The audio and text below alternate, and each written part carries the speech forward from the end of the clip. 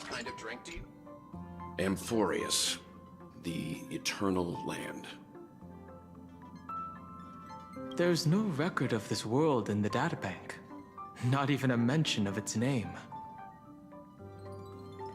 Yeah, that's what Miss Black Swan said.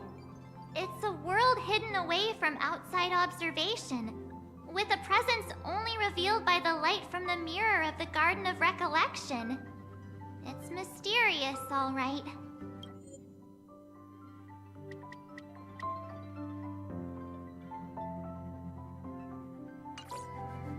You haven't been with us on the Express very long. Will the journey be too much for you to handle?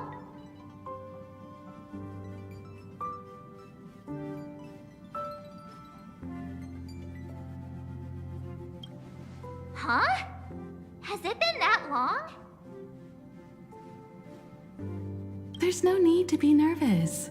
I understand that it may be difficult for us today to wrap our heads around the idea that there's a world Akavili didn't venture into.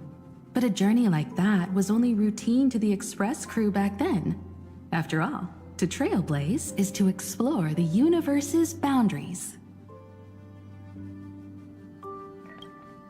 We should consider Pom-Pom's opinion too.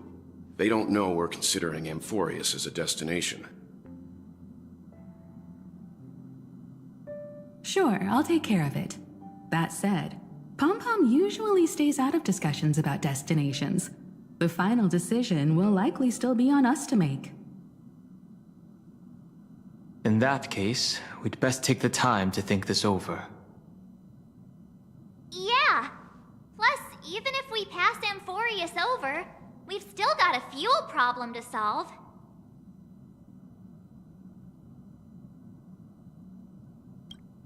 All right then. For now, I'll let Miss Black Swan know that we're considering the Eternal Land as a destination. Seeing as how this is going to be an unusual adventure, it'd be good for us to take some time out to make preparations for the journey. Meanwhile, I'll see if I can find out more about Amphorius from our allies before we depart. In other words, we won't be leaving Penacony anytime soon. Or we could also revisit our previous stops to make sure that the astral charts and navigation routes are all functioning fine. I wonder if the hole in the Taikian Stadium has been repaired. The Express has been on the go almost the whole time since we left the space station. We've barely had any time to catch our breath. Let's take this as an opportunity to wrap up our vacation instead and make the most out of this break.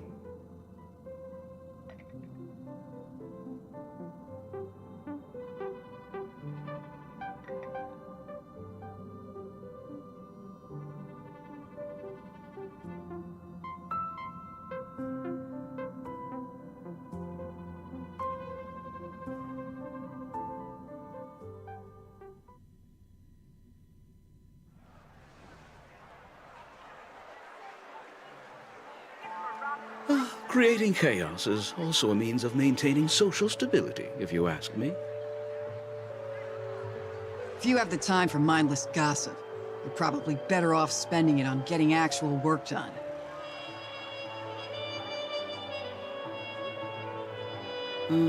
They say this is all part of ongoing investigations. But is there even any point to doing this? The threat's long been neutralized. They're just putting on a show. I mean, look at us. This sudden surge in inter-family cooperative efforts. It's nothing but a pretense for those outsiders, isn't it? Sounds like you've got insider intel. Well, now I'm curious. Are the stories going around true?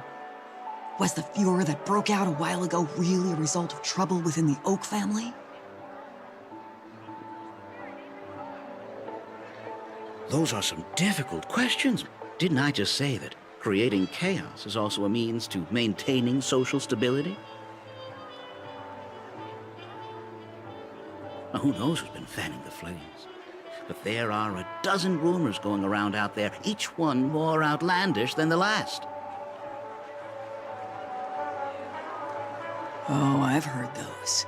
conspiracy theories about how the IPC had orchestrated everything and, what was it again?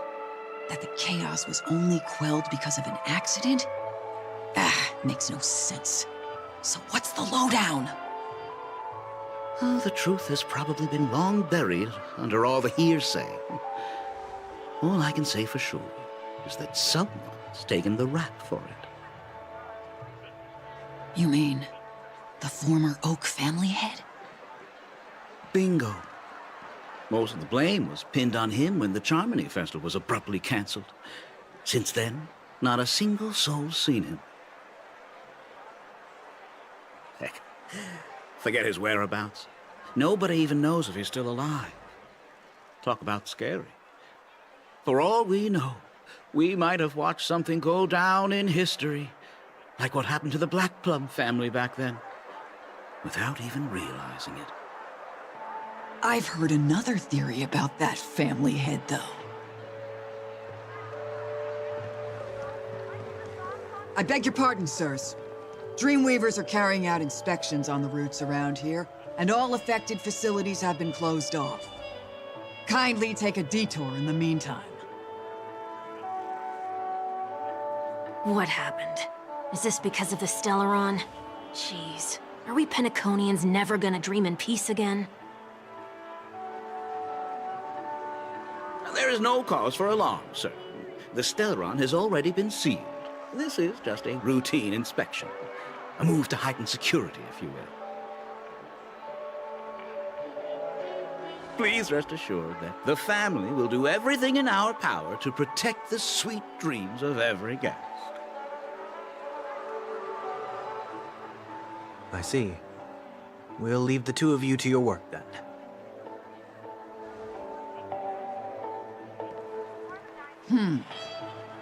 Excuse me, sir. Have we met before? Oh. Do you recall when or where we might have met?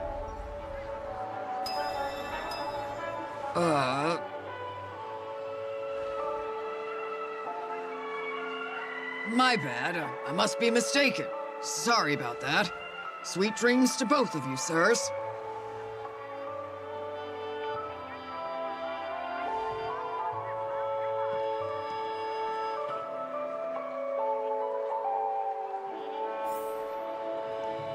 You sure have a knack for stirring up trouble. Of all the routes available, you had to take the one that Bloodhound's keeping watch over. We shouldn't run into any problems with you around. Even if they see through the Harmony's power of disguise, there'll be a way for us to escape. Spare a thought for me, will you? Just being in your company is plenty enough to get me into trouble, Mr. Prime Fugitive of Penacony. And that is exactly why I need you with me. You're the only one I can rely on in Penacony now. The only one you can rely on, huh? What about her?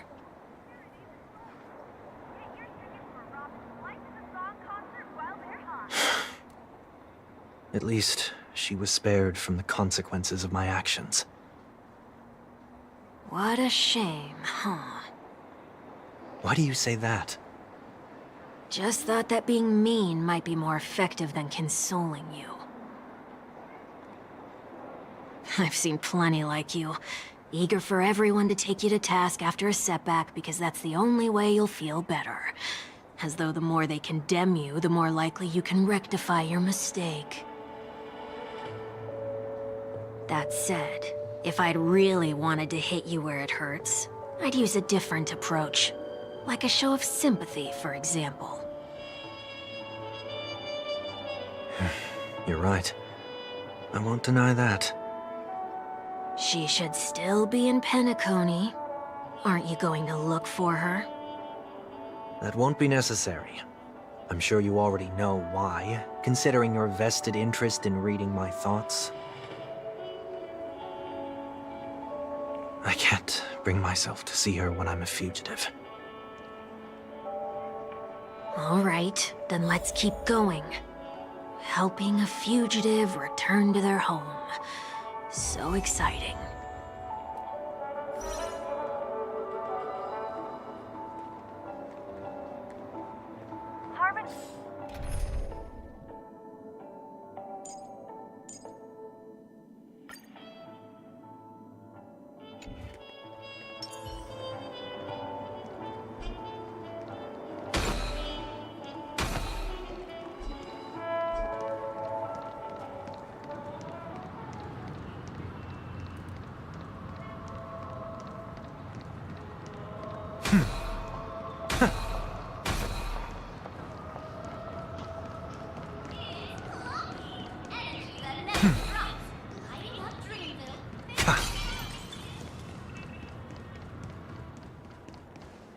I see 2 bloodhounds. They appear to be on official business, unlike the pair from earlier. What's happening at Ideen Park? Hey! Hey! In case you didn't notice, I can't see anything. My apologies. I forgot that you're not very tall. Remind me, why do I have to make this trip with you again? We've been through this. You're the only one I can turn to now.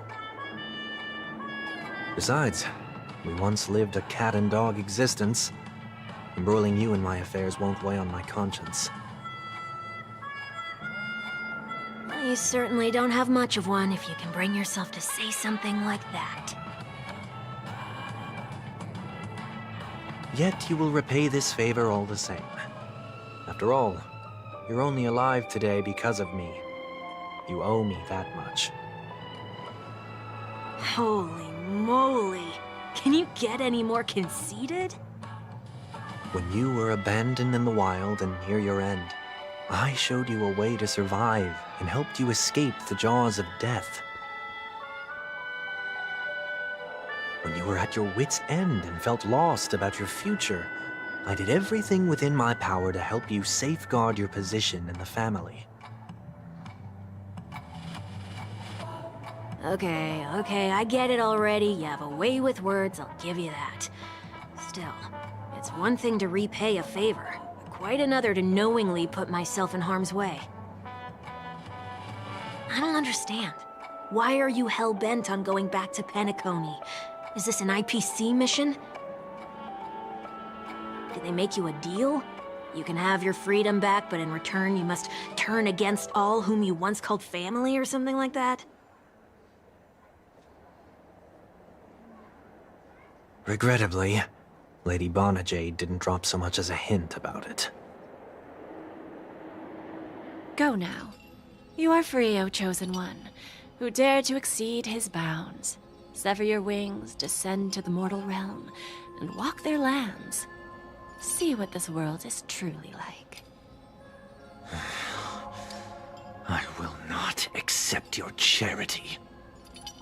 As I mentioned earlier, it's a trade, and you don't have to give me an answer right now. Rewards are not reaped in a day, and if there's one thing I'm best at, it's waiting. The sweet dream still continues, and the night is still long. You have plenty of time to contemplate your answer. She only left me with a most intriguing message before setting me free. As for whether I can afford the price of my freedom, I'll only know when I find out what it is. But nothing good ever comes out of being in the IPC's debt. I'll cross that bridge when I get to it. For now, there's still some time before that payment is due, so why not exercise the right to freedom that I've just regained? By walking straight into a trap? Or by making amends for past deeds. When it's time to go, this will be farewell for good. So, before I leave Penacony, I'd like to take some time to look back on all the events that have taken place. Can't you just look back on it from a distance? There's something else I want to do too. The embryo of philosophy may have fallen, but But the order in Penacony wasn't built in a day. This sweet dream is likely to still contain residual traces of the Oak family's influence. Get off your high horse. The other 4 families are more than capable of working things out on their own. I might have gone astray, but others shouldn't have to clean up after my mistakes. Then you should also know that the IPC isn't gonna help you a second time. If you fall into the family's hands again, you're done for. You know how it is. Old habits die hard. The tie should be on the center line. The shirt must not protrude from the vest. Trouser creases should be perfectly straight and always aligned with the tips of your shoes. We should always ensure that everything is in order before walking out the door. The same applies when bidding my home farewell, too. But what has Ideen Park got to do with you? Don't tell me that the Founder's one of your disguises. I'm not that old. Oh, come on. Take a joke, will ya?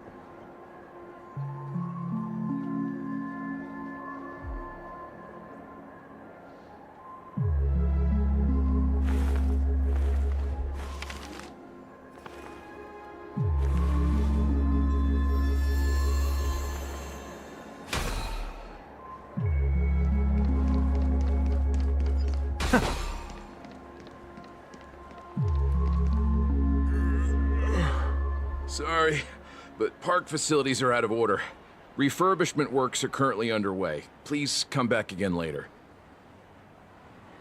That sounds familiar. I'm aware of the situation. You can skip the report. What? What are you talking about? I mean... Mr. One Week, please excuse me. I should have recognized you earlier. I must be more tired than I realized. I want to know what's going on in there. You'll tell me, won't you? There's nothing much to say, actually. We Bloodhounds are just as baffled as you are. My guess is that it's simply part of the aftermath of the Stellaron incident.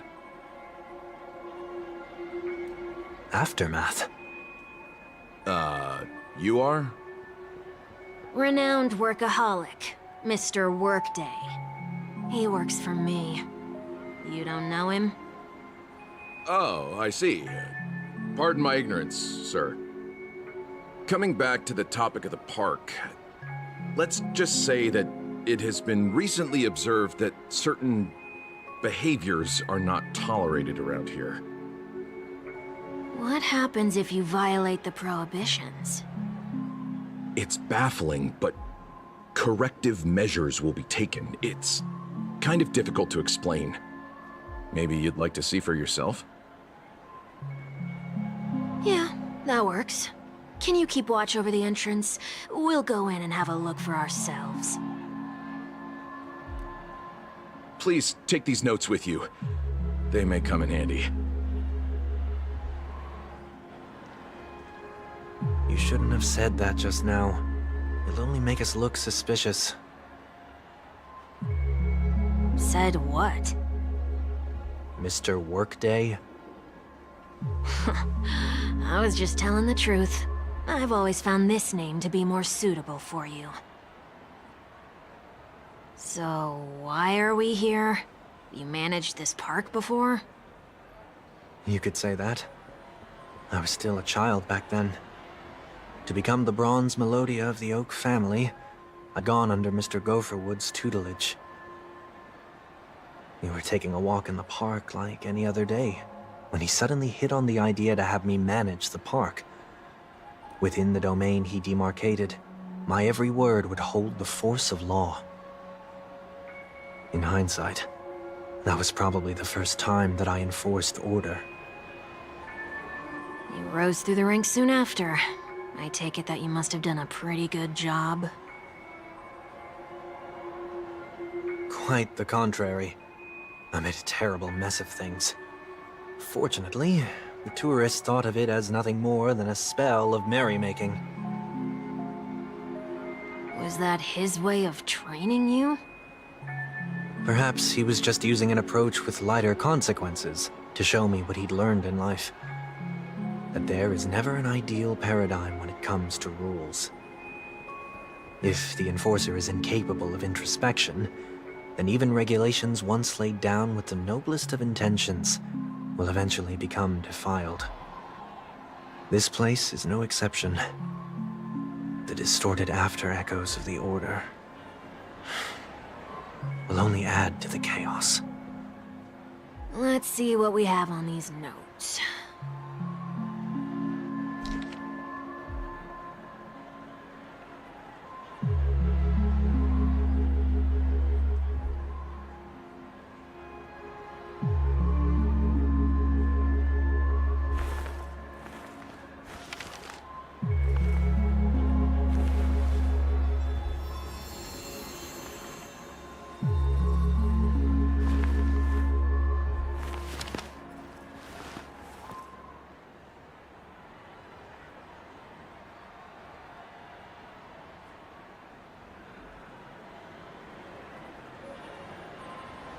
No consumption of food except for burgers. What?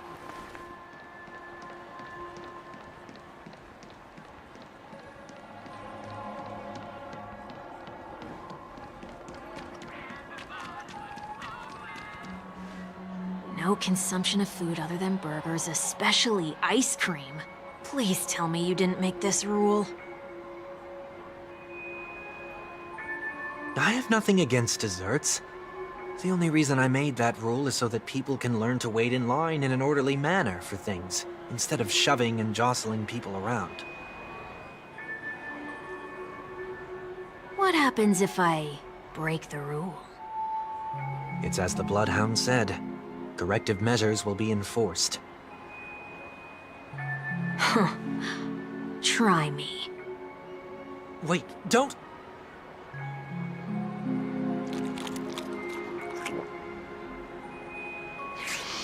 Ah. Huh. So, where are those corrective measures? That's odd. Didn't I tell ya?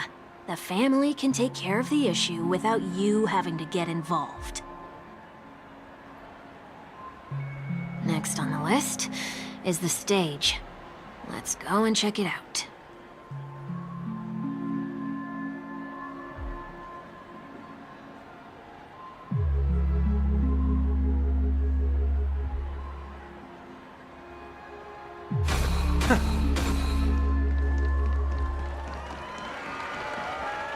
Only cast and crew members are allowed on the stage. A surprisingly reasonable rule. And an easy one to test. Neither of us is part of the cast or a crew member. Let's try it out.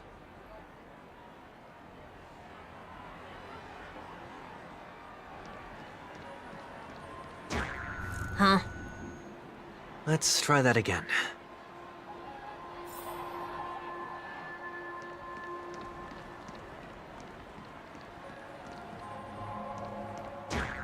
What's going on? Guide those who have lost their way back onto the right path. Looks like this is an example of the corrective measures that the Bloodhound mentioned. It's exactly what I would have done back then. You've been iron-fisted since you were little, haven't you? Wait a sec. If this is how violations are corrected, then everything that I ate just now? I tried to warn you.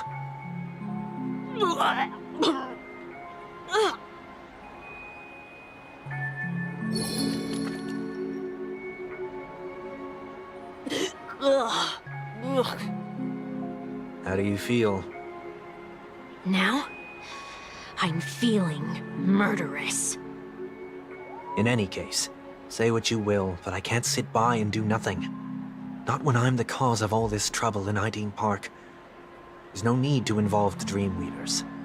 I'll fix these distortions once and for all. What's the plan? Nothing complicated. All distortions have their roots. We'll be able to trace them to the source once they manifest. Breaking a few rules will do.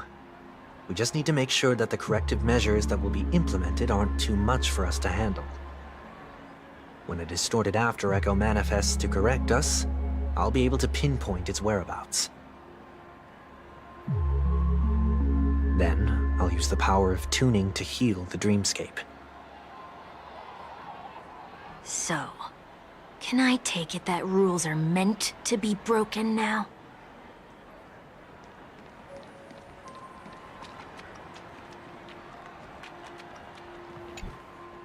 Please do not use Soul Glad bottle caps sold by the Dream Jolt troupe while experiencing the attractions. The Dream Jolt troupe, where? Are they hiding or something?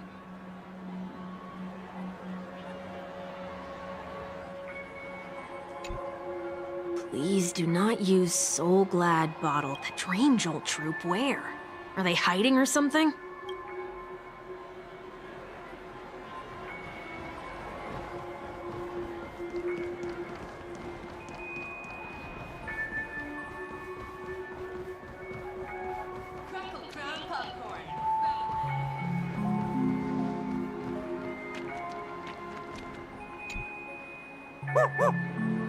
Oh, there it is. Found a good hiding spot, didn't ya? Come on, let's buy some bottle caps from it. Just one moment.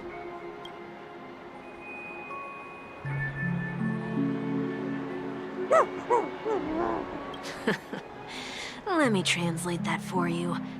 Who are you trying to pay with your spare change? Ugh.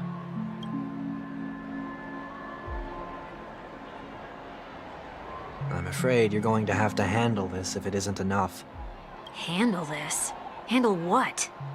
Wait, is that really all you've got on you? May I remind you that I am currently on the run?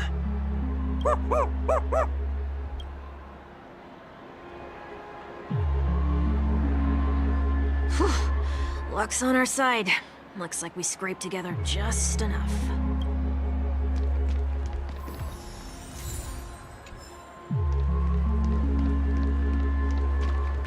Shall we give this capsule machine a try and see what happens?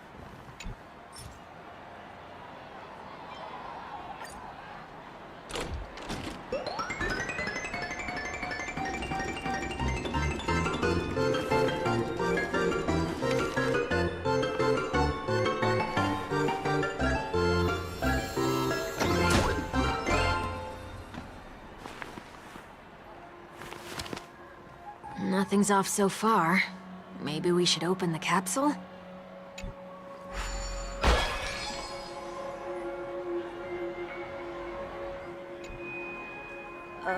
They can't be seriously going that far, right? Oh, no. Hey, look out!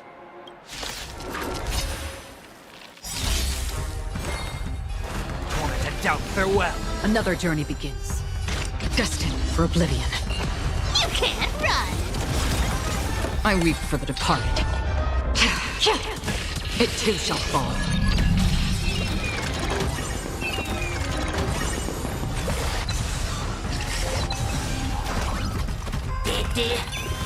You want to take advantage? I'll take it all.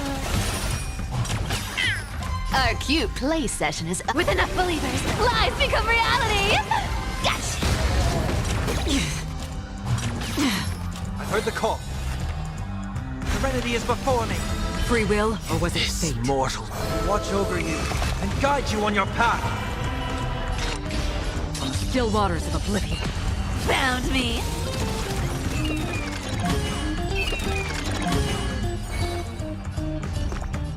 Give me strength! I can't thank you enough. Again?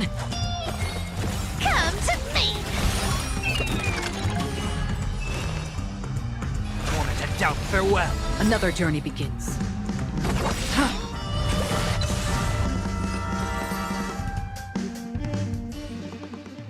Did they have to do that? They could have just recalled the capsule. Perhaps making the attractions no longer just attractions is another corrective measure? Aren't the rules being too finicky with words? We're not breaking enough rules. We should look elsewhere, too.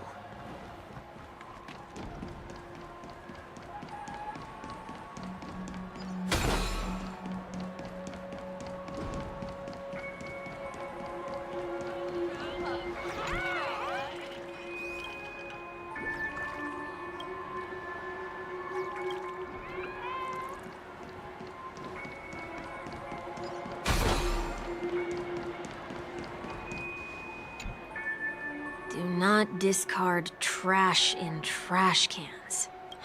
This is absurd. Did you make this rule too? Children tend to be fascinated by such paradoxes. I was no exception. Forget it. I don't even know how to joke about this. Well, what do you suggest we throw in?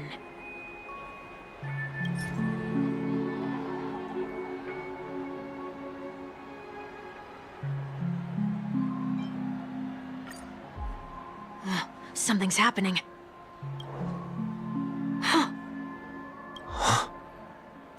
What is this? A woodcutter's trash can? Enough. The location of the distortion is nearby.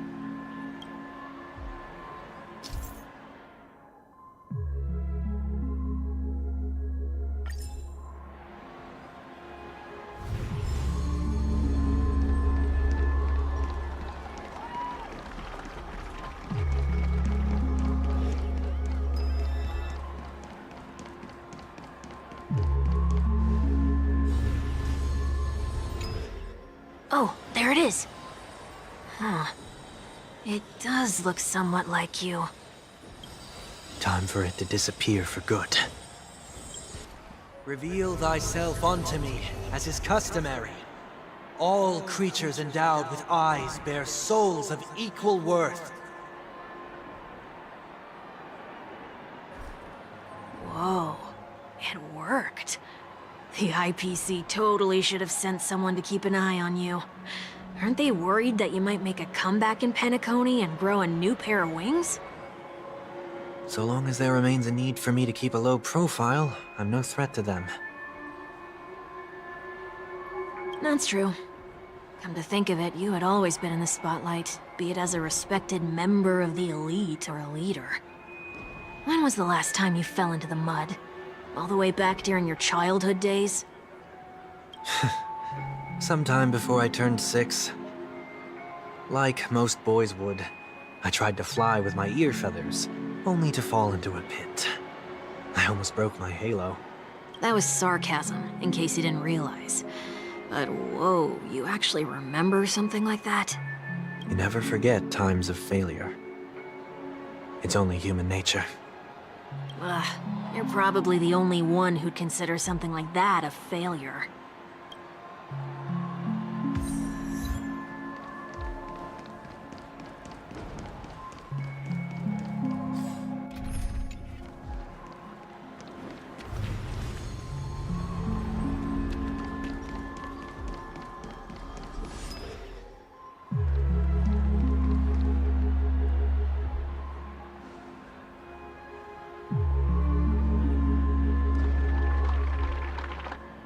What is it this time? Just looking back. But nothing's there. That's the whole point of revisiting a place. When I look at everything here, the memories are so fresh, it's as if it all only happened yesterday. When the younger me tasted failure here, I ran myself ragged to fix the mess. I thought myself no longer the same person as before. But it looks like I was just going round in circles. I'm glad for this chance to look back on my past in this way. Come now. We should go. This will be a long farewell.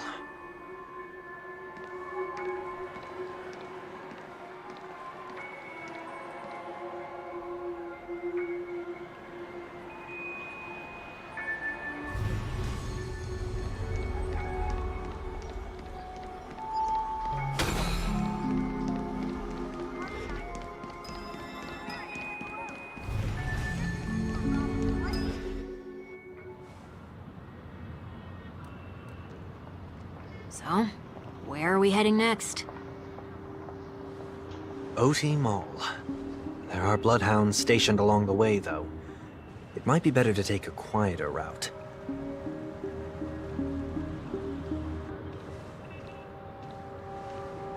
I don't mean to meddle, but I'd advise you to stay away from that place.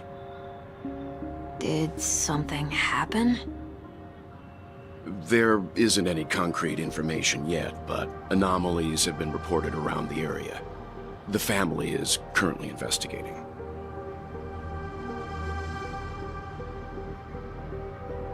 You okay? I'm fine. The Stellaron incident may have been quelled, but who is to say that nobody has another agenda? Thanks for the tip, sir. We'll make a detour. May you stay safe, too. Hold on.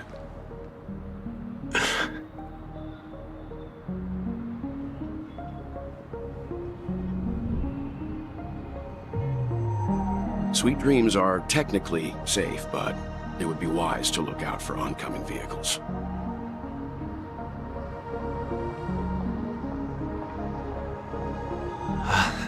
Thank you.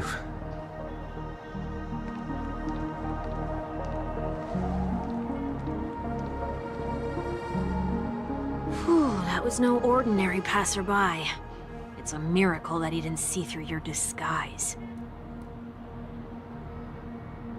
The Astral Express should have departed a long time ago. Why is he still in Penacony? We needn't change our plans because of him, but be sure to keep your guard up. I hope nothing terrible has fallen upon Penacony while I was in captivity the last few days. Come now, it's time we set off. Let's not stick too close to each other, just in case. A few feet or so between us will do.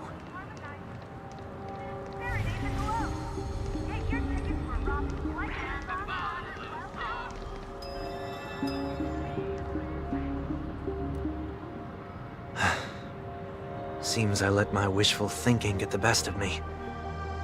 Will you at least give me a chance to explain? I will, but before I do, put your hands behind your back and answer my questions in short sentences. Short sentences? I need to make sure your words aren't concealing any dangerous incantations. I can't believe I've left everyone with such a peculiar impression of me. Please, believe me when I say that I didn't come back here with ill intent. Penacony will never experience the Order again, either. I'm afraid I won't be taking your words at face value, not after how you wielded the power of harmony. Answer me. What are you doing here? It looks like there's only one way to gain your trust. Come on out, 1 week. We found ourselves an ally.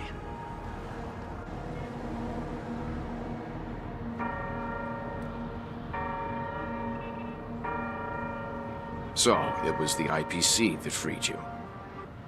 My sister has likely made an agreement of some sort with them. As for how I'm able to move around freely in Penacony, I have 1 week to thank for that. As you can see, I've only returned to my home to bid it farewell. Would you be kind enough to give me a chance to say goodbye, so that I may leave without regrets? Agreed. But until you leave Penacony for good, you're to stay by my side.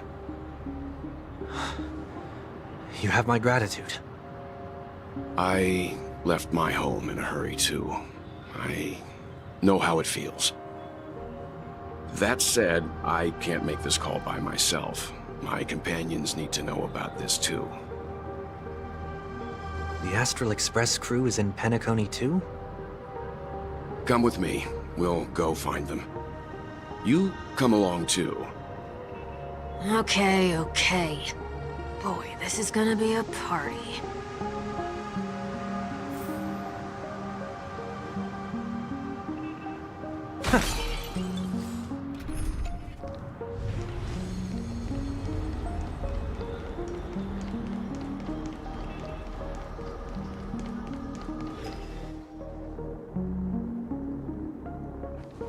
We're here. They should be somewhere nearby. Mr. Yang, if you don't mind, there's something that puzzles me. Now that the crisis on the planet of festivities has been averted, shouldn't the Astral Express have departed to continue on its trailblazing journey? Why have you and your companions stayed behind in Penacony?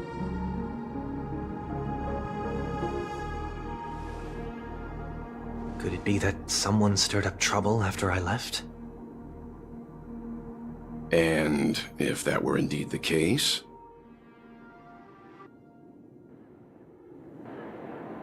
I doubt I'm in any position to be proposing ideas, but I'm happy to defer to the Nameless and aid with any plans you may have.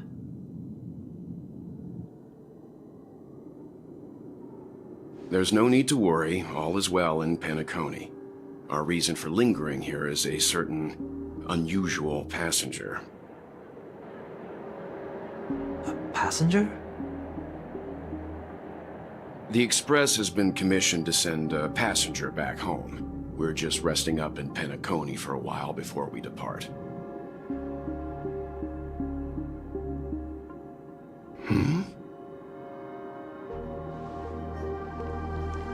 By passenger, do you mean this lady here? Or these ladies?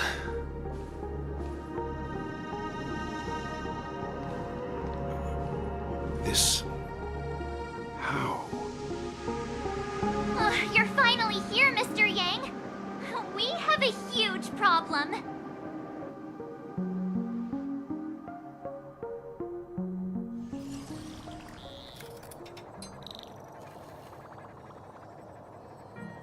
Isn't it fascinating how variables never fail to find their way into the lives of organic life forms?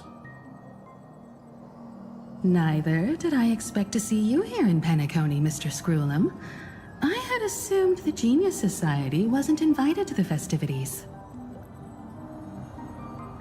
I have no interest in the Harmony's celebration, so it's only natural for me to turn down the invitation. But it looks like my decision also cost me the front row seat to all of your exciting adventures. Conclusion: there is likewise a downside to pursuing reason.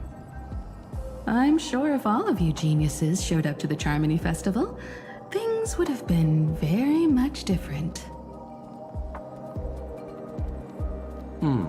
I hear that the Astral Express has established a collaboration with the Garden of Recollection for your next destination.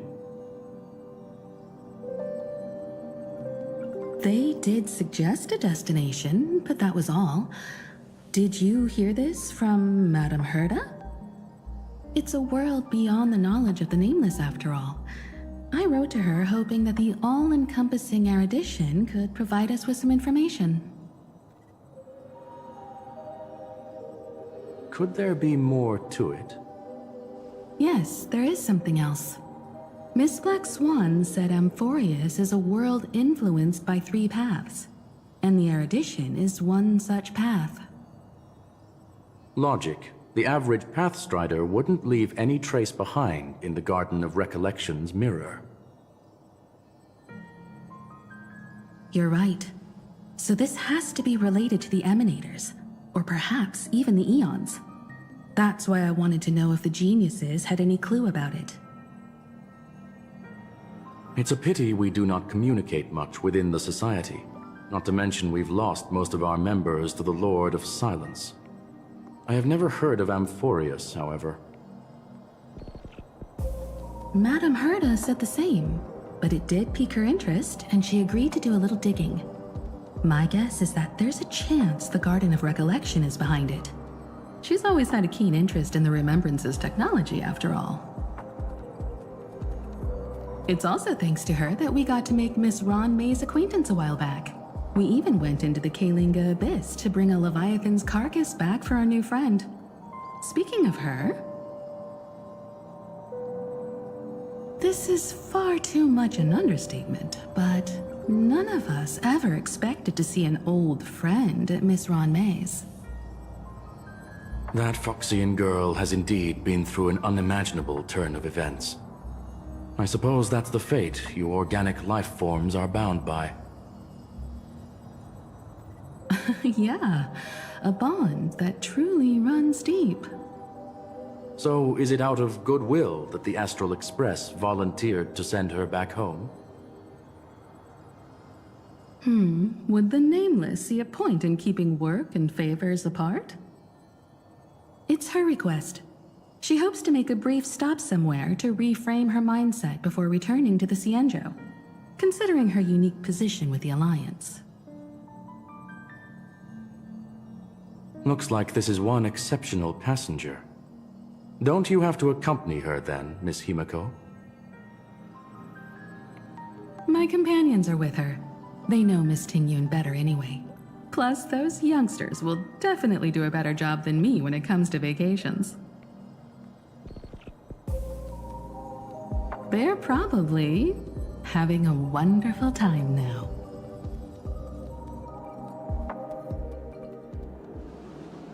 So, is anyone gonna tell me what's going on? March? Oh, about that. Why don't you ask him instead? He knows how to present things logically.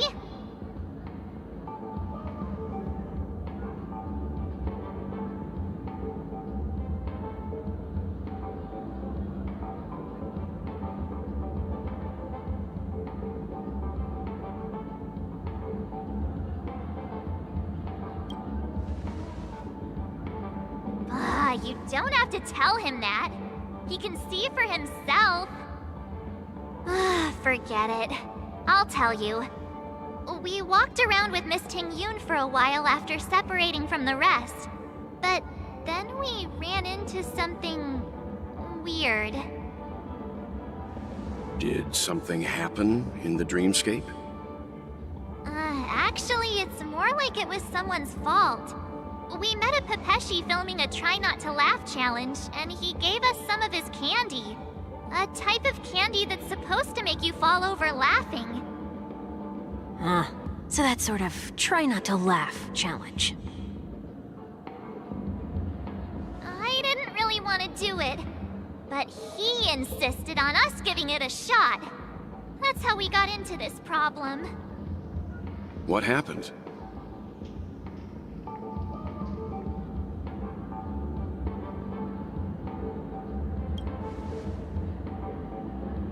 Oh, come on, stop interrupting.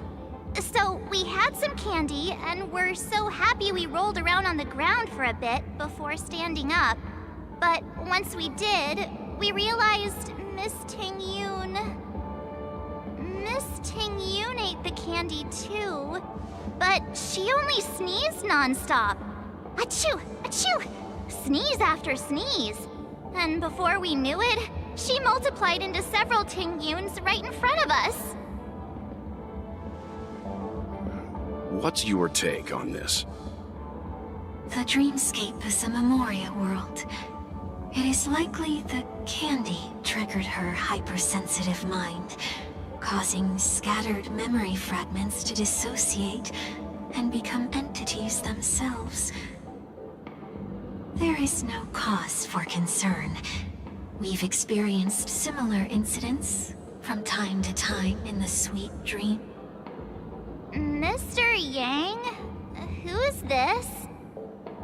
It's okay. You can reveal yourself now. I was only being careful. Or we would have been stopped by the Bloodhounds more than once on our way here. Help me remove my disguise. 1 week.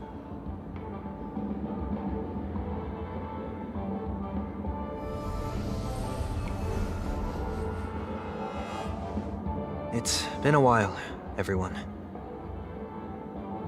You! What's going on?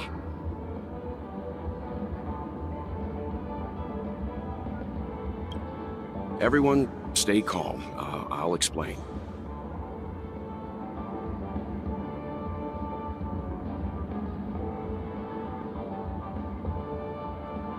I believe that at this point, Sunday has no reason to be dishonest. But to prevent any unforeseen complications, I'll be accompanying him everywhere he goes until he leaves Penacony.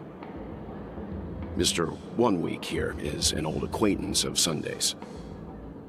Pleased to meet you, fair lady. And you, of course. You're the heavyweight who pummeled this control freak.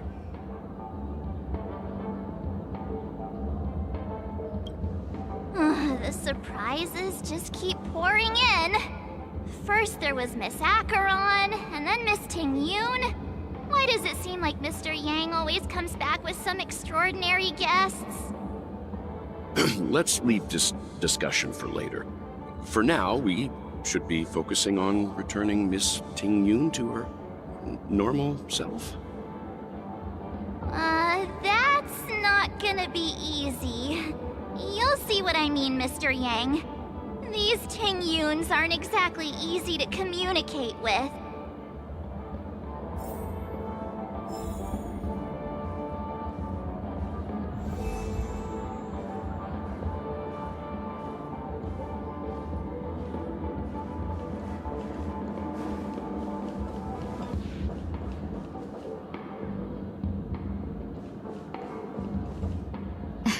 Miss March 7th, have you taken the time to consider my suggestion? Your suggestion? Oh, wait. Which Miss Ting-Yun are you again? It's me! I'm the one who wants every Ting-Yun to come together to form the Ting-Yun Merchant Guild. How often do you get the chance to work with yourself? Just imagine how in sync we'll be with one another. We're bound to thrive and prosper. I know, we can't leave the dreamscape to trade with the outside world, so that's where you come in, Miss March 7th. Your wits surpass many others, making you the perfect person to handle liaison negotiations on our behalf. I guess I can consider it. I hope everything goes smoothly for your guild. There. Now do you see what I mean, Mr. Yang? There does appear to be an element of her talking to herself.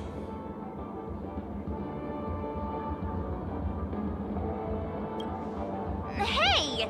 You better not be referring to the part about my wits surpassing many others. Mr. Yang mentioned the Express's next voyage is to send a passenger back home. Could this lady be from the Xianzhou Alliance? Yes, more specifically, the Xianzhou Luofu.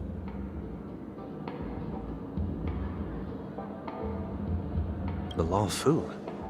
Didn't the Antimatter Legion launch an ambush on the Luofu some time ago? Was she one of the few survivors? Quite the contrary. She might have been the person closest to the eye of the storm. Looks like there's a lot more to this story. Story for another time. As host of the Dreamscape, do you have any suggestions for fixing this problem? I don't have much to go on now. Perhaps we should talk to the other Miss Ting-Yuns here.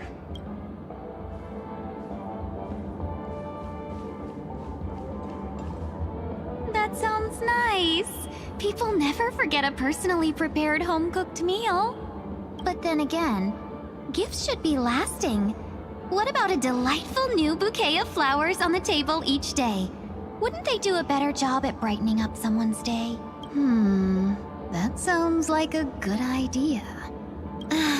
If we really want to do this right, though, it's the thought behind the gift that truly matters. The more thought goes into the gift, the better the recipient feels it. She makes a valid point, too. You sure have a way of not offending anyone. These three Tingyuns don't look like they'll be reaching a conclusion anytime soon. We won't be able to get a word in. So, what do you think, Sonny? Let's try a different name, my dear friend. Oh, don't we sound chummier that way? I took a leaf out of this Foxian girl's book. The problem with Miss Tingyun is just as I suspected before. That prank shattered her into notes that are each a part of her. In other words, it means the Tingyuns we see here are all different aspects of her psyche. Okay... You just made it sound a whole lot more complicated. At any rate, this is a known occurrence across the dreamscape. Tuning could be the way to fix it. The only problem is that these Miss Tingyuns are too caught up in their own world. Is there one we can properly speak with? One that we can speak with? Oh, I think there is one! But it may take me a while to identify her.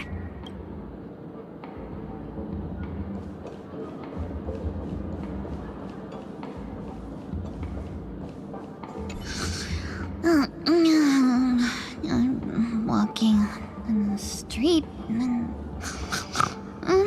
what a weird dream. Ugh, this Miss Tingyun looks like she's sleepwalking. Nope, not her.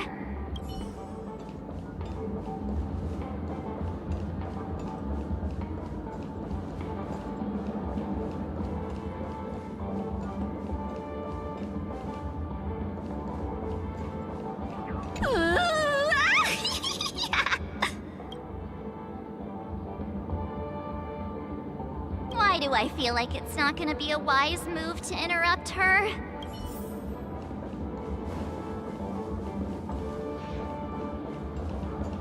Huh? Ugh, yikes! She's scary! No, I won't be able to talk to her. Huh? You can't fly? Why? I can't. I can fly. A long, long time ago, a big girl flew with me really high into the sky. I'll take you next time. Pinky promise? Should we get someone to watch over her? Nah, I think she's perfectly fine on her own. The childlike innocence that adults have is a lot more resilient than you can imagine. Even if that's true, it doesn't apply to her.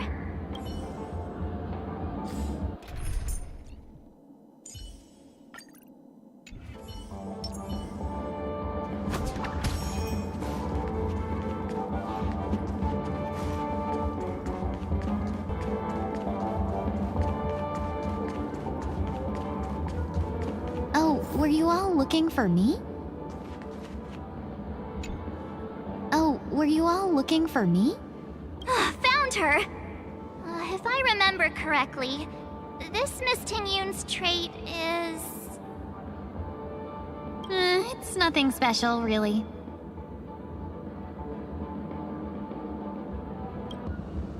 She ought to meet your one we can properly speak with requirement, right? Worth a try. My lady, if I may, I wish to perform a tuning on you. Before you start, you should know that we're keeping our eyes on you. If you even think about taking Miss Tingyun hostage...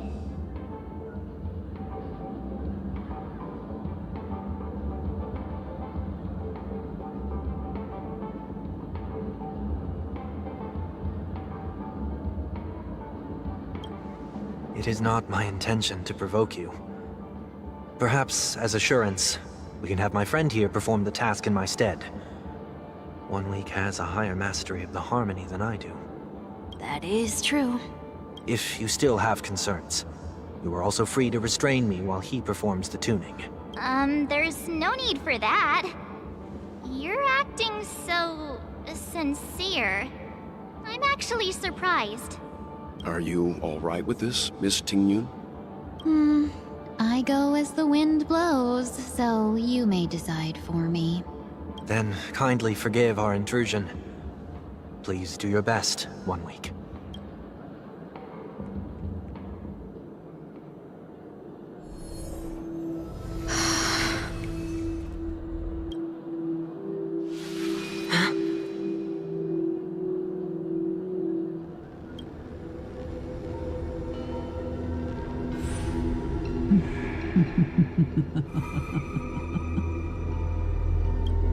What now? A voice.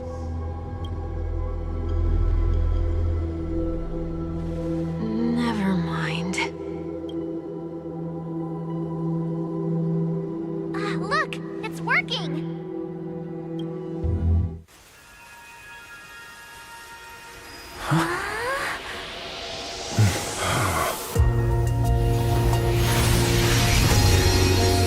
Never did I expect that every encounter with you would always be in moments of distress. Did I conduct myself improperly? Miss Ting-Yoon! You're finally back!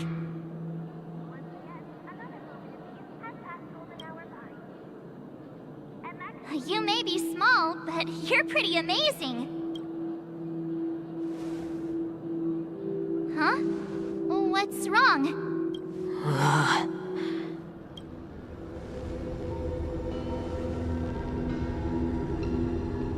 It's nothing. Just a trivial matter.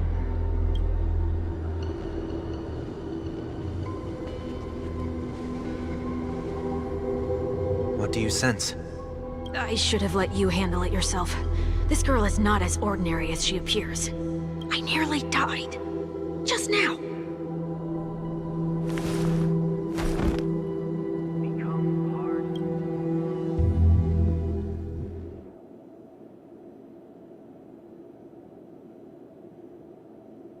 Don't be afraid.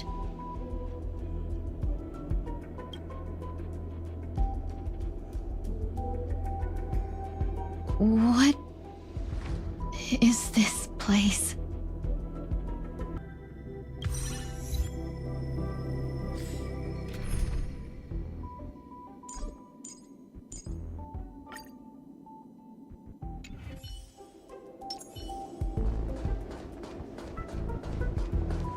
That looks so familiar.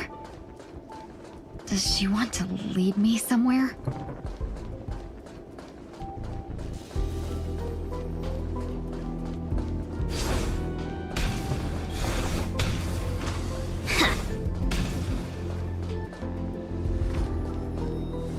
The life support pod is ready. There were only minor issues. That's great. Otherwise, that person from the Xianzhou might not be able to hold on much longer. You're still trying. There's no precedent for saving someone who was destroyed by a Lord Ravager. Will it even work? I'm not a genius, so I don't understand the logic behind it. But if she says it's possible, then it must be. Excuse me. Could you tell me where I am? Can they not hear me?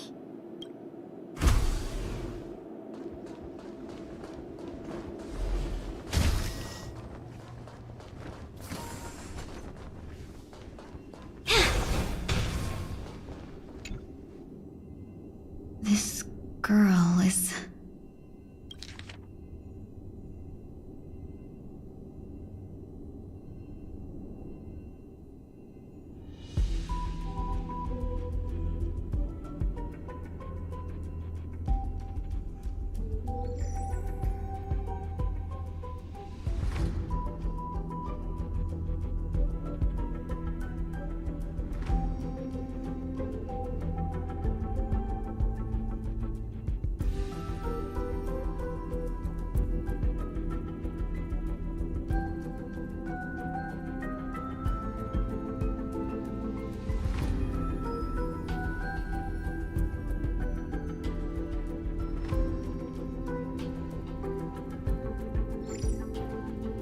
Ting-Yoon.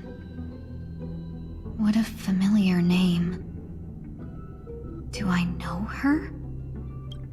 Don't question it. Keep moving forward. The destruction? I don't understand. Please, who are you? And why won't you show yourself? I can't go to you. All I can do is wait for you to finish walking this path. You want me to go through here? Do I have to fight it? There's no need for that. It's too dangerous, and you can't do it anyway. Don't fight it. Embrace it. Try to coexist with it. Think of it as feeling your own scars. My scars? Wait!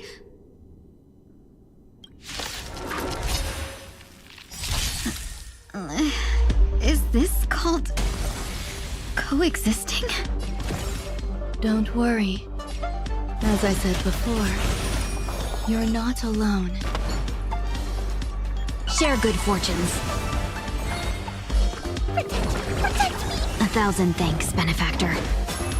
Free will, or was it fate? Don't fight so I can come to... Dream vanished. Found me! I'm scared! Stay put! Get there! You want to take advantage? I'll take it on. A little gray's too much for you. Come to me! Unite our goals. I'm gonna hold everyone back again! Get there! On the still waters of oblivion. No holding back. Clouds scattered. You can't run! I weep for the departed. It too shall fall. How can it be? Why are there still so many of them? The ones from before weren't defeated either? As I said before, you can't defeat them. No one can. You can fall into the darkness and die alongside these scars of the destruction. Or bring them with you when you return to the world here. These are your two choices. Return to the world? What are you saying?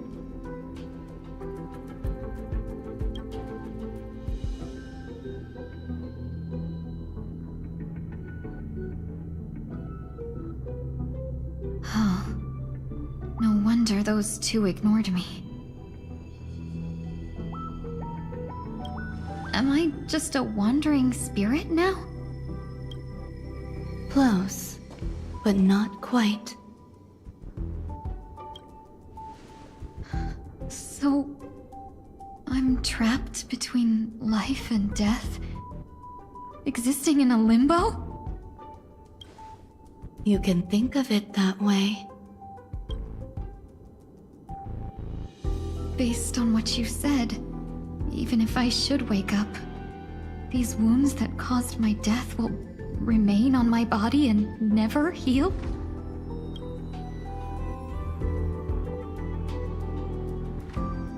I don't understand. You appear to be trying to save me, benefactor. But why are you telling me all this?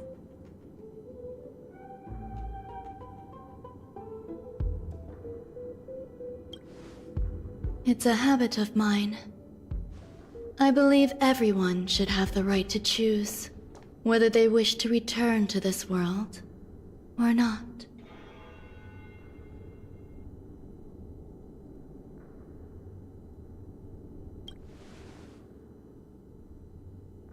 Be that as it may, I don't remember anything. There's nothing to help me make a choice. That doesn't matter. I believe the desire to live was born from nothing to begin with. You may also prove yourself to be the exception. I would also be pleased with that result.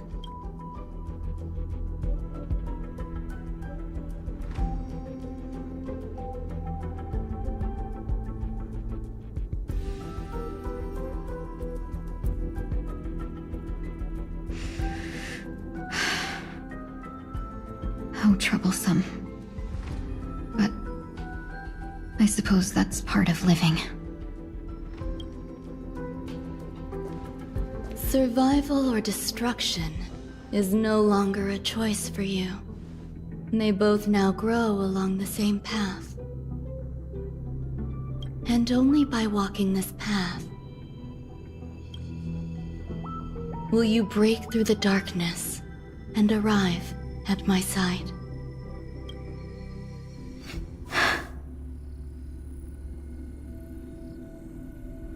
Feeling more awake? Congratulations. You attained your very first victory in this tug of war. It's a good start. This is... Let me explain. You were attacked by a Lord Ravager. By all rights, you should not have survived.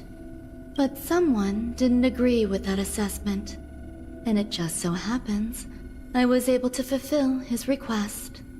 What about the other merchants? I don't know. Why me? Because you were the most unfortunate. You fell into the hands of that Lord Ravager, who destroyed your body and spirit. Yet, you were also the most fortunate. Her desire to claim everything about you for herself meant she needed time, so you were spared instant annihilation. There is only a fine line between resurrection and escaping death. Yet, they couldn't be more different. If you had truly died, I would have been powerless to do anything for you.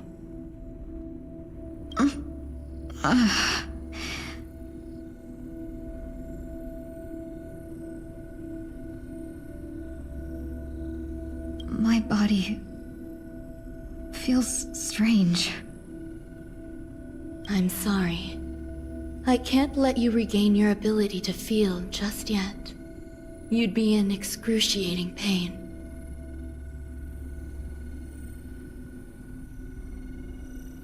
Your body was contaminated by the destruction and suffered severe damage.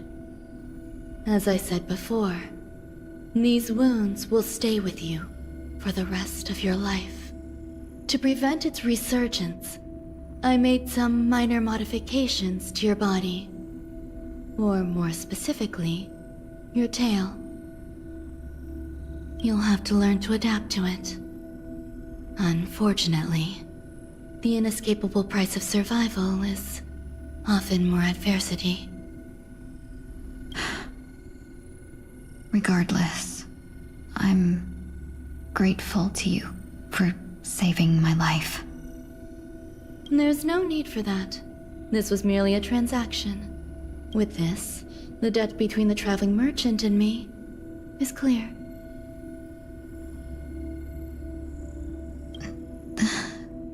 Who?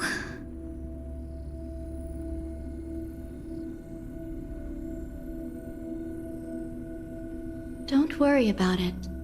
You should sleep for a little longer. By the time you wake up, you won't remember any of these details.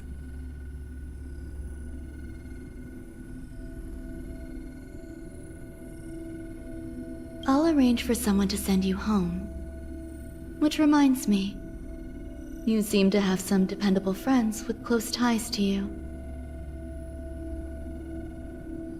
You should go with them. It can only help with your recovery to hear more about your past.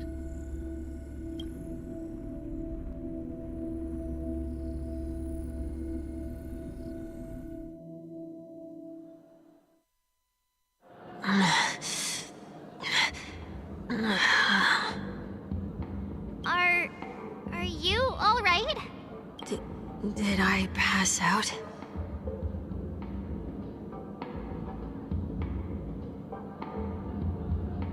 The tuning rebounded and affected 1 week instead. This is no ordinary woman. I suppose there's no point in hiding it from you anymore. Miss Tingyun is originally from the Xianzhou. She had an unfortunate encounter with a Lord Ravager who robbed her of her identity and left her on the verge of death. While she miraculously escaped with her life, her body suffered terrible injuries beyond all power to heal. But something happened to change that outcome? Yes, a genius got involved. She's very accomplished in the field of life sciences and managed to grant Miss Tingyun a shot at survival. After that, she asked the Express to escort Miss Tingyun back home. We made a stop at Penacony along the way, partly to allow her some time to convalesce. I'm so sorry. I thought no one would be affected if I hid inside a dream. I didn't expect so many mishaps to happen. That's all right. So long as nobody was hurt. Can I get something to drink? I feel like I've been asleep for 10 years. That's fine. We should find another place to talk anyway. We drew some attention with that commotion earlier.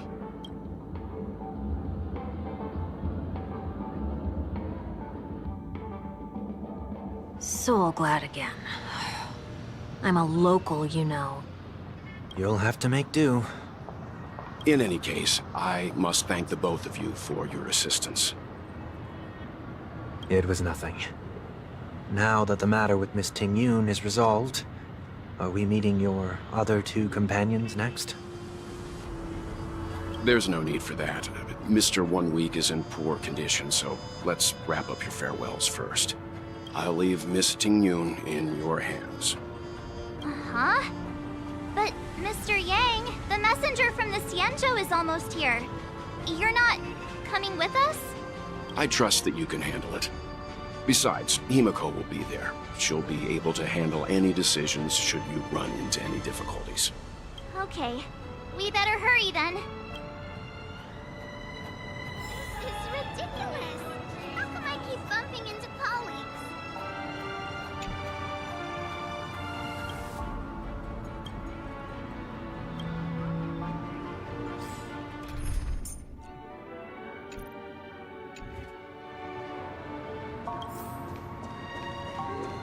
Shall we keep going then? Did you forget already?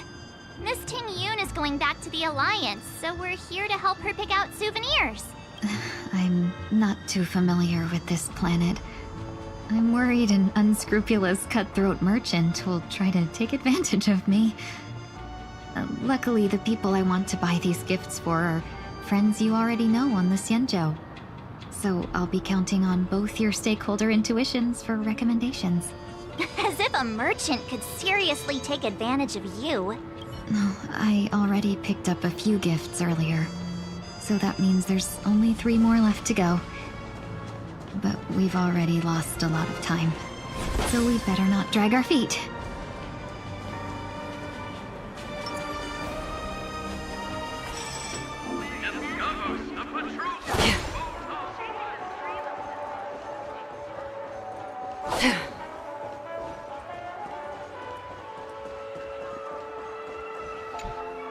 Welcome. How can I help you? Hello there. It's my first time visiting the Dreamscape, so I wanted to buy some local specialties as souvenirs for my friends back home. My 2 friends here are more familiar with the Dreamscape and recommended your shop, so I'm here to take a look.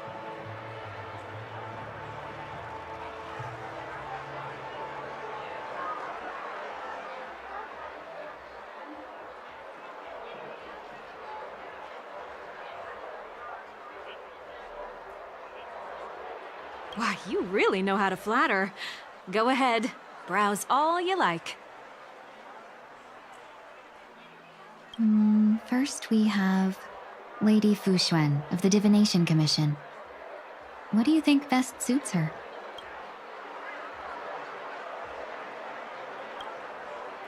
Lady Fu Xuan has such refined taste. The Xianzhou really has changed a lot in the time I've been asleep. Let's go with your suggestion. Next is General Jing Yuan.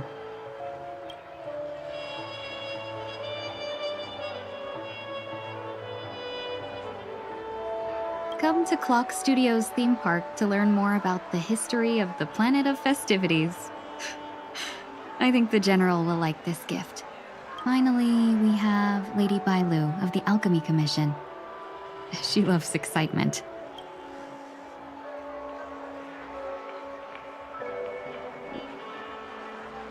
That's a good idea. It might be commonplace, but it's still the specialty of Penacony. It would make for an ideal gift to bring home. That's all of them. Please wrap them up for me. Thanks to both your help, everything went smoother than I expected. And it looks like we still have some time to spare. Why don't we pay another visit to the Dreamscape sales store? You can find memory bubbles pretty much anywhere, but Penacony's dream bubbles are extraordinary. Even if we don't get them as gifts, we can keep them as souvenirs for ourselves. A souvenir for myself? That's definitely an idea I can get behind. But there's one more thing I wish to do. Since this is our last stop, could I have a word with you two in private? Perhaps.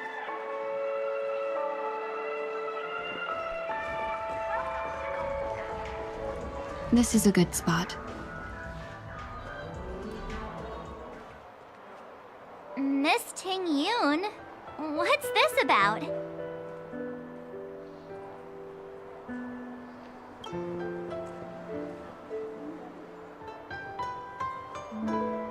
You've looked out for me during our travels together these past few days.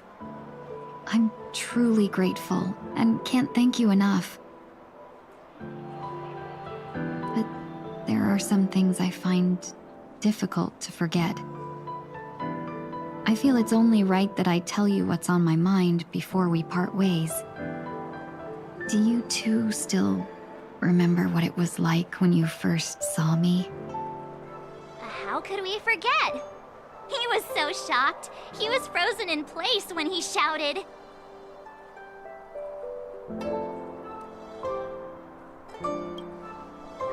Exactly. And that's precisely why I haven't been able to shake off this strange feeling in the days since I started traveling with you. When I asked for your names, I couldn't help but think that this first encounter was actually a long-awaited reunion for you. I've heard about what happened to you on the Xianzhou. And I've got to admit that Phantilia's disguise was so perfect, it was like another me tricking everyone.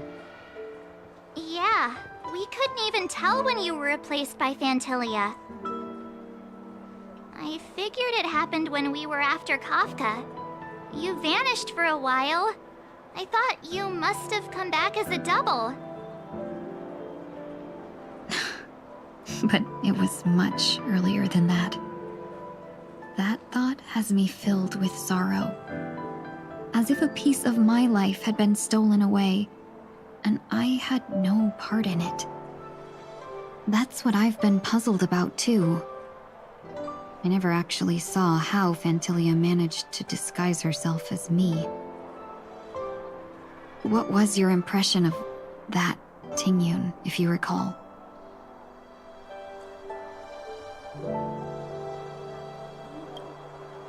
That part is true. I'm always calculating when it comes to business, but never with people. So, what did she seem like to you?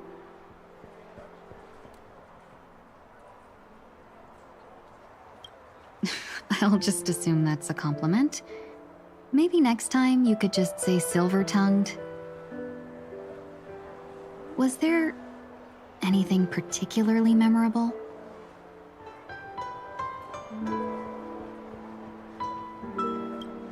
Hey, no tattling! Now the final question. In your eyes, am I just like the Tingyun you remember? Wait, don't you find that question a bit weird? You're the real Tingyun. Why compare yourself to an imposter? Oh, Miss March, you might have the wrong idea. I'm just feeling a mix of regret and relief. Uh-huh. As a merchant, staying well-informed is crucial. It's only natural for me to stay updated on the events of the Luofu before I return. If I had rushed in and out back then, I wouldn't have been much help. Instead, I would have postponed the trip and sought assistance from allies, but in that case... We wouldn't have crossed paths. Exactly. Based on your description, that Lord Ravager was indeed cunning. Her demeanor mirrored mine so closely that it felt like she was living my life for a few days, rather than merely disguising herself. I regret missing out on your Sanzhou journey. But everything that unfolded afterward, aside from the scheming, played out exactly as if I'd been there. This leads me to consider another possibility.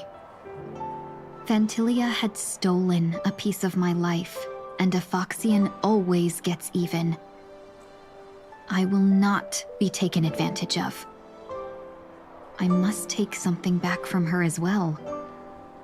But after thinking it over, the only thing that could be considered equal value is the bond I have with all of you. That thought has brought me great comfort. And now I know how to speak to you properly. We've never even met before, and here you are, offering your help, just as before. I should have treated you with respect, but fear of Phantilia made me act like somebody else. And now, I will reclaim everything I have lost. And it should begin with a proper acknowledgement.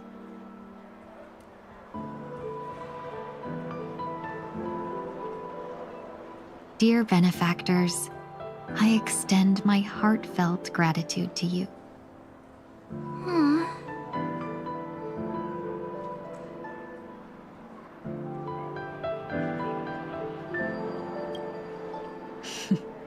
Looks like we're off to a good start. Moving forward, I'll definitely be trying more things like this from now on. And you, my dear benefactors, will be my source of courage. Miss Tingyun, that's way too over the top. Just don't make any risky decisions. It might overwhelm him. We'll see. I just hope the Tingyun in your memories won't be tainted by Phantilia anymore. Alright, no more questions. I hope I didn't take up too much of your time. Let's continue on our way.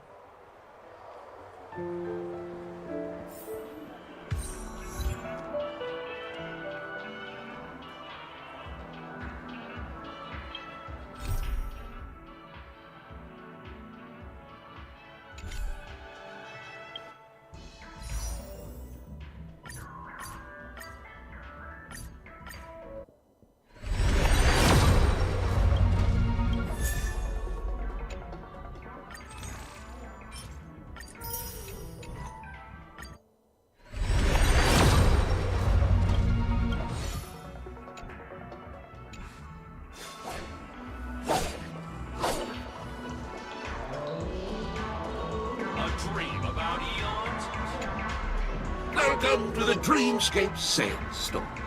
Dr. Edward at your service. We're looking for some dreams to give as gifts. Something exotic and preferably captivating. Now, just a friendly reminder, being too picky won't help you find the best dreams. And just to dampen your spirits ahead of time. That being said, there are always some lucky exceptions. Not too long ago, I procured a dream bubble that sounds perfectly. The story unfolds in the Shenzhou Alliance, where a young swordmaster strives to become the sword champion. However, his junior Foxian sword, who just turned 100, puts him in a tough spot. Why does that sound oddly familiar? Since I'm returning to the Xianzhou, I think it's better to choose something unrelated to the Alliance. Feel free to pick a few for me. I love customers like you. So easy to work. So easy to take advantage of, you mean? Just don't pick anything weird, okay? Oh, speaking of dreamscapes, I have a gift for you, my benefactors. After troubling you all this time, I couldn't leave without properly expressing my thanks. Here's a dream bubble for you. I hope you enjoy it. Wow. That's really nice of you. Here are the dream bubbles I prepared for you. Thank you for your business. Well, it looks like everything's finally in order. I suppose it's time to head back?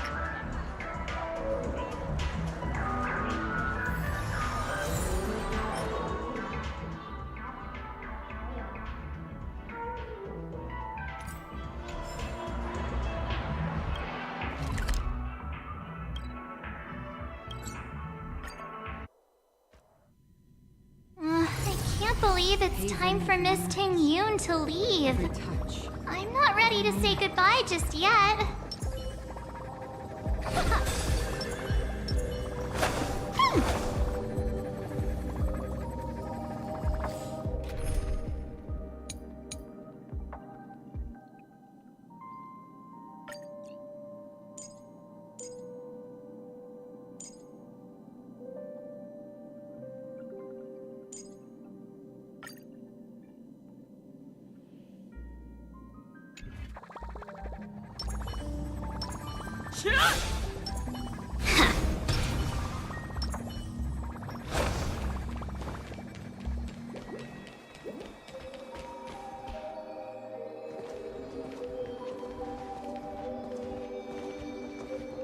You're back. Yeah, we got delayed on the way. Mr. Yang will explain in detail when he gets back. Has the messenger from the Xianzhou arrived yet? Yes, we've been chatting for a while. Turns out, she's an old acquaintance of yours.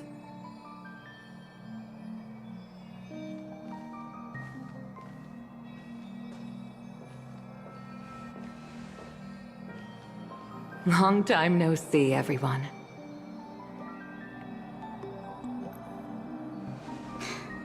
Madame Yukong? I've imagined this moment many times. I was worried I might embarrass myself in front of you. I even rehearsed every word beforehand.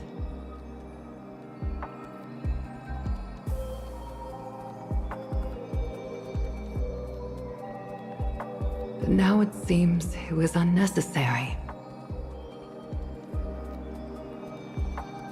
Ting Yoon, I'm here to take you home.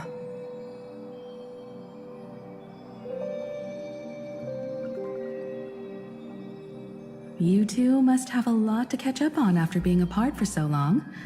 We'll give you some space.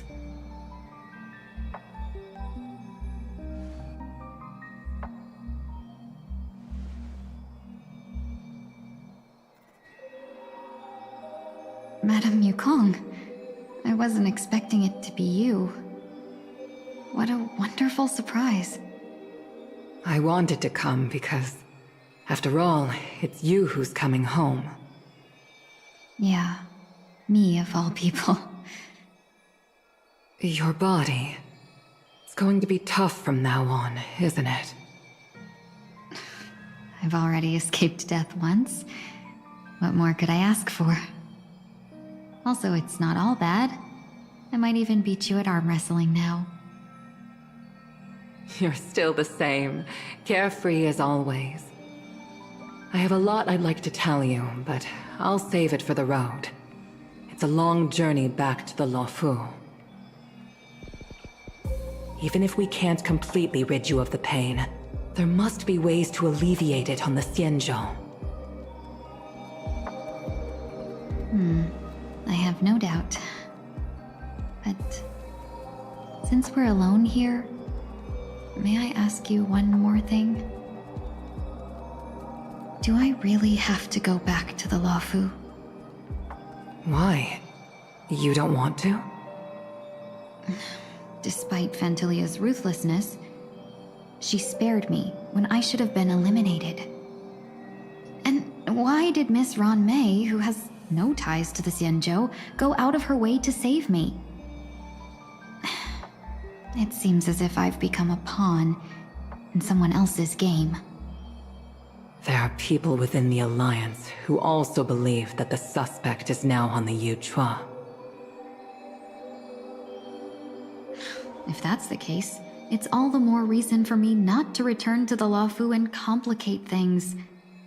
I might as well take advantage of this situation. Take advantage of the situation? What do you mean? Right now, the marks of ruin inside me maintain a delicate balance. Moreover, they were created by Fantilia herself. If possible, please inform the General, and arrange for me to meet with the Marshal. Maybe this body of mine can help the Alliance get one step closer to the Xianzhou's enemies. When Ron Mei visited the Luofu earlier, she mentioned what happened to you. This coincided with when the message sent by the Astral Express arrived. The Arbiter Generals concluded that Fantilia did not intend for you to survive. If utilized strategically, this could give the Alliance an element of surprise. If we follow this plan, we must keep your resurrection hidden. But before making any decisions, I want to know what you think. If you wish to go home, I'll support you, no matter what others may say. Then I'm glad. I shall save you the trouble of hearing what those people may say. The road ahead is perilous. If you decide to take it, I won't stop you. Maybe I'm being selfish, but I still want to know. Are you choosing this because it's what you really want? I've come to see myself clearly in this dream journey. Perhaps it's what people call a blessing in disguise. There is someone who can attest to my true intentions. Please follow me. She should be around here somewhere.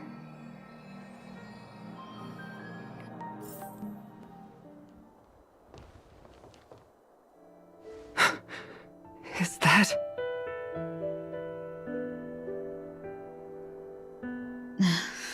After a strange encounter, I was fragmented into multiple Tingyuns, each embodying a different aspect of my memories. And one of them hasn't returned to me, because she ventured too far. Until now. You mean her? What is she doing? She's captivated by something that has deeply mesmerized me. As a fleeting emotion, she's no different from a newborn. Her boarding this ship was solely down to her inner impulse.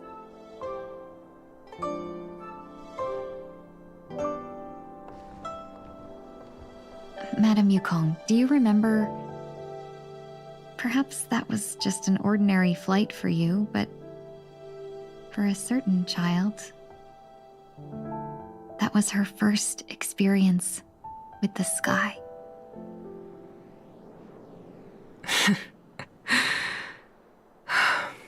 Of course I remember. Back then, you were still young enough for me to carry. You probably still can. Want to give it a try? I'm afraid you'd be too heavy for me now. Just kidding. I remember you kept begging me to take you to the star skiff, and even dreamed of becoming a pilot. But once you were airborne, you were so nervous that you clung to others for dear life. This flight was a turning point in my life. The boundless cosmos unfolded before me. I was completely mesmerized, not just by the view, but by a realization. In this world, there are paths beyond waiting for us to explore. Even though I lacked the talent to pilot the star skiff and wasn't much of a warrior, I still chose to travel around with the Merchant Guild. Even to this day, this thrill still courses through me. That hasn't changed? Never. Now I can embark once more on my journey as a traveler of no return, exploring the paths that lie beyond. Speaking of which, how are things with the Whistling Flames? I've left Yan Ming in charge for now. He's reliable, but he can be a bit extreme, and might not always follow your principles as a traveling merchant. My principles. Forsake what others fight for, and take what others abandon. That's the way to navigate the world and achieve my goals. I will continue to uphold my principles.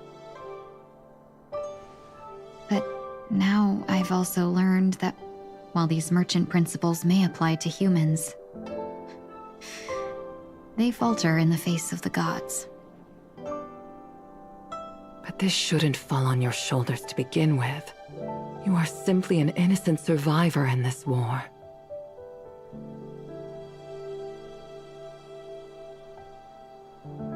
Madame Yukong, you were once a survivor in the war too, weren't you?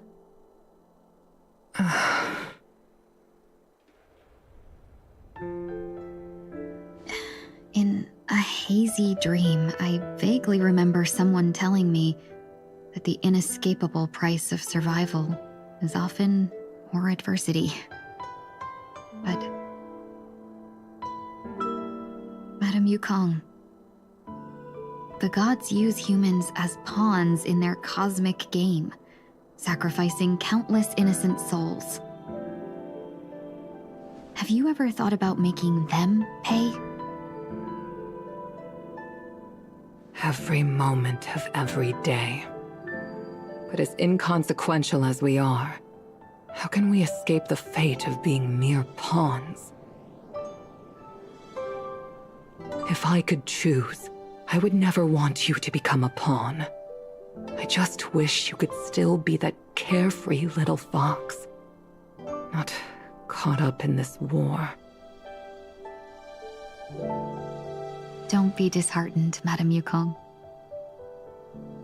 Thanks to the favor of the Lord Ravager, I've become a player in this game. Remember, it's often the unassuming pawns, the lone traveler, or the worm that subdues the dragon, that leave even the best strategists helpless. So, now I'll become a cunning speck of dust, and make those masterminds behind the curtains sneeze a few times.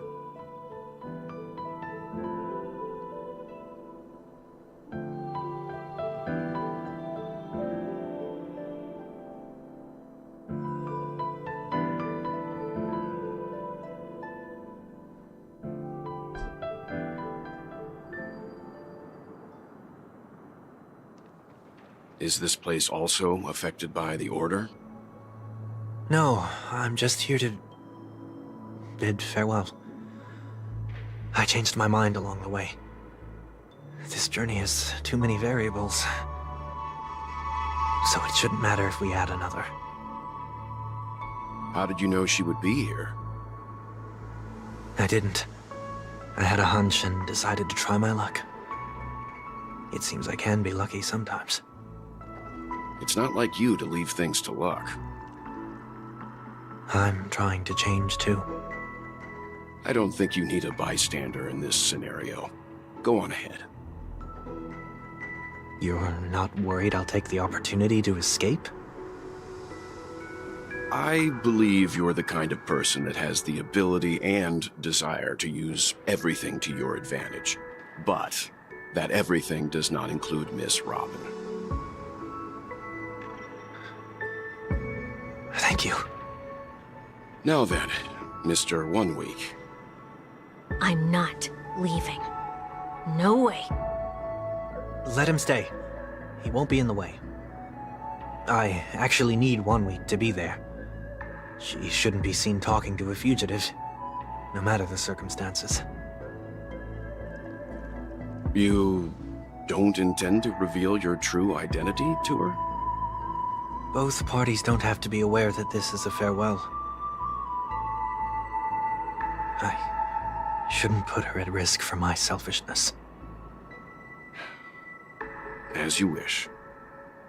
Shall we go then?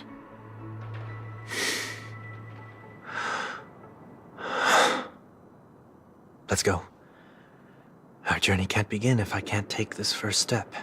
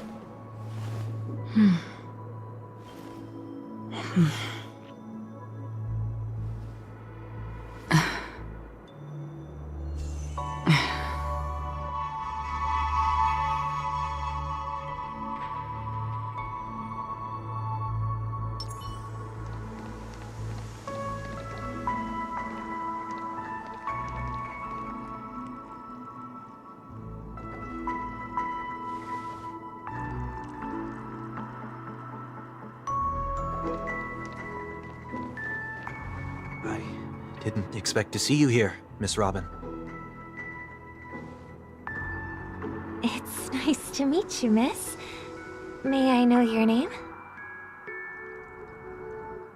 My name is 1 Week. I'm a member of the Nightingale family. Oh, you're a Dreamweaver. Thank you for all your hard work. You all are the reason the dreamscape has been able to recover from this crisis. You're too kind, Miss Robin. You must be very busy. What brings you here to Dream's Edge? I'm taking a break. I wanted to find a quiet place to relax. Ideally somewhere where I could see the stars. Before I knew it, I'd walked all the way here. I know these stars only exist in the dream, but... Well, perhaps the dreamscape is not so different from reality. When we look up into the night sky, the stars aren't really there.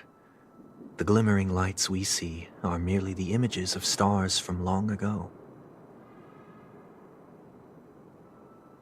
So, have we ever truly seen a real sky full of stars?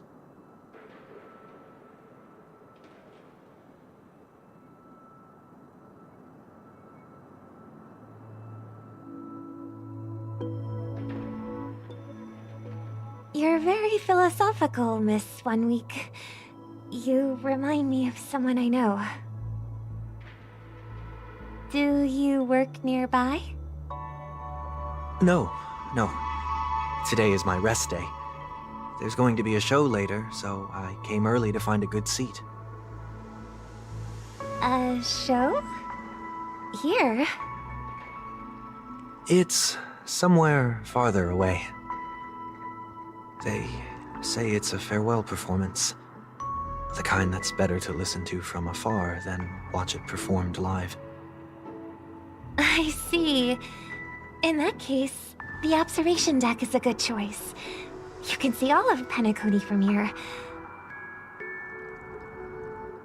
Distance can make some things appear more beautiful. Miss Robin, may I stay here with you to gaze at the stars before the show begins? Of course. You don't have to be so courteous. I should be the one asking. This is Dream's Edge, after all, and the Dreamweavers are its true masters.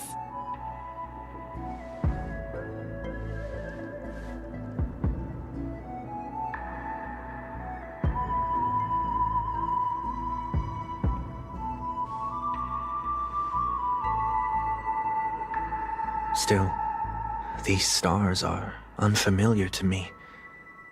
I don't recognize any of them, and it makes me feel uneasy. What makes you feel this way? Is it because the sky is so far away, or because it's the unknown? Perhaps it's both. The Stellaron disaster may not have had any real consequences, but many guests still chose to check out. Now the hotel feels quieter than before. It makes me wonder what Penacony's future will be like. I just hope it will not negatively affect you, Miss Robin. You're too kind. I'll be fine. The disaster was unexpected, but because of it, I was able to witness many pasts and think about many futures. My only real regret is that I left some things unsaid. Did the person you wanted to say them to leave? Yes. He left in such a hurry that I didn't even get the chance to say goodbye. Sometimes, what's in your heart doesn't need to be dressed up in words. Maybe he already knows what you wanted to say. But don't you think we should put in some effort when we want to encourage someone?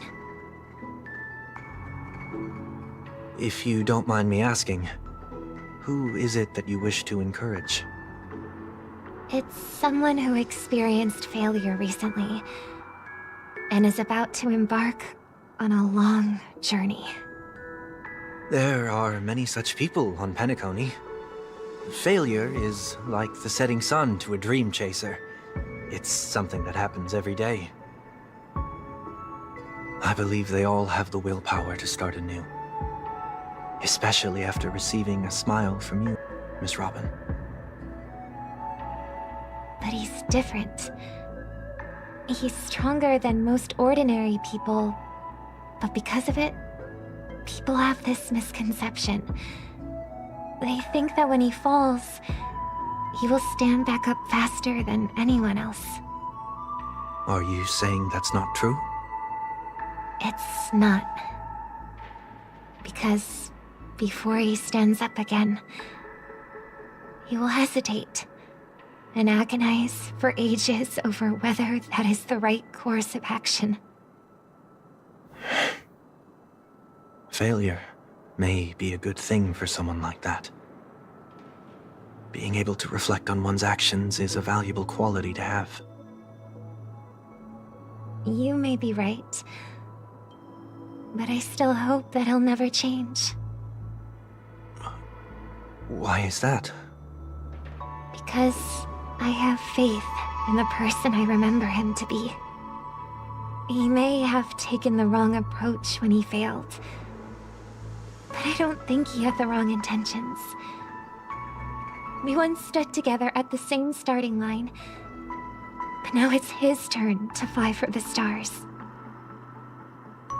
I believe he'll find the right path, even if he has to do it alone.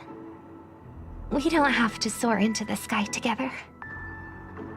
Because I know we'll reunite one day. Up there in the clouds.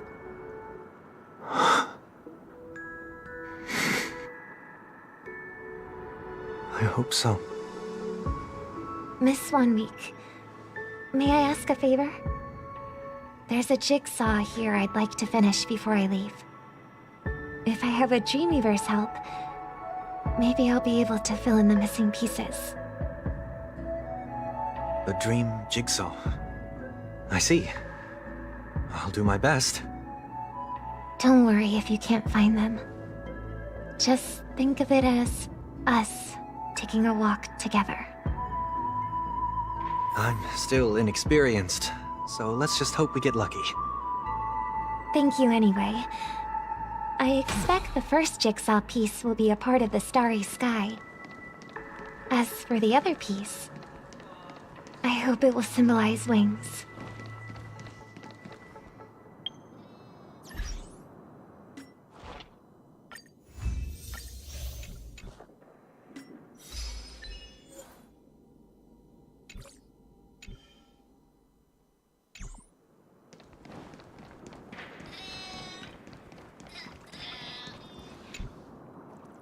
It seems we've been blessed with good fortune today.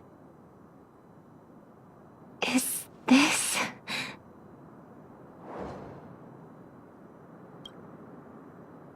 It seems familiar. Another Dreamweaver probably left this behind.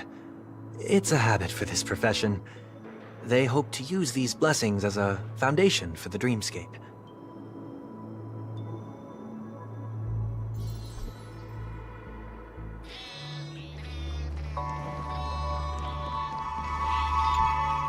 The second jigsaw piece. Is this a pair of wings or a decoration made of feathers?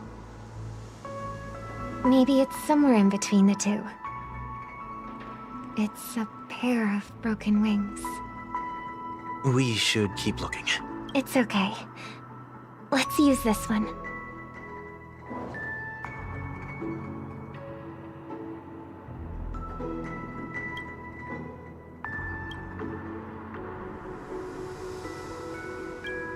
We have enough. Let's go back.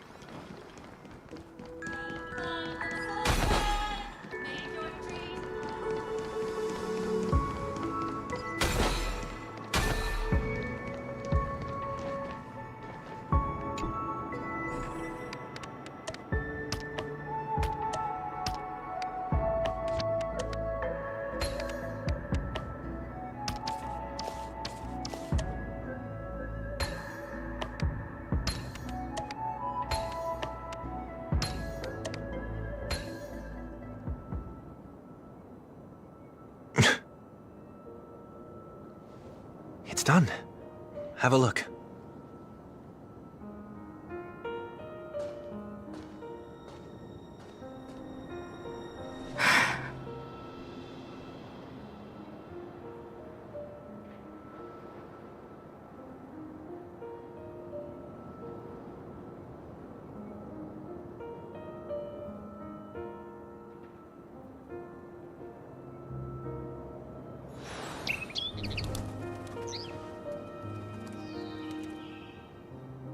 Soon, I shall travel to those unfamiliar stars, none of which I recognize.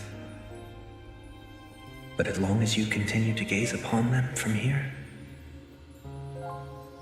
then those unfamiliar stars will one day be the place of our reunion.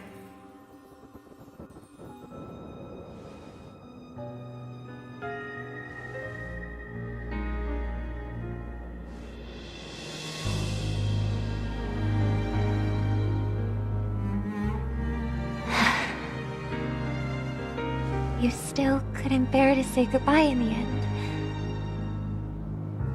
Maybe I'm stronger than you think. You must try to relax on your long journey. Brother. That didn't seem like a perfect goodbye. It's enough. I only meant to stay quietly by her side for a bit. But why did you do those unnecessary things? What things? Those 2 notes. If someone finds them, they can be used as evidence against her. So you can do whatever you want as many times as you want, but I can't?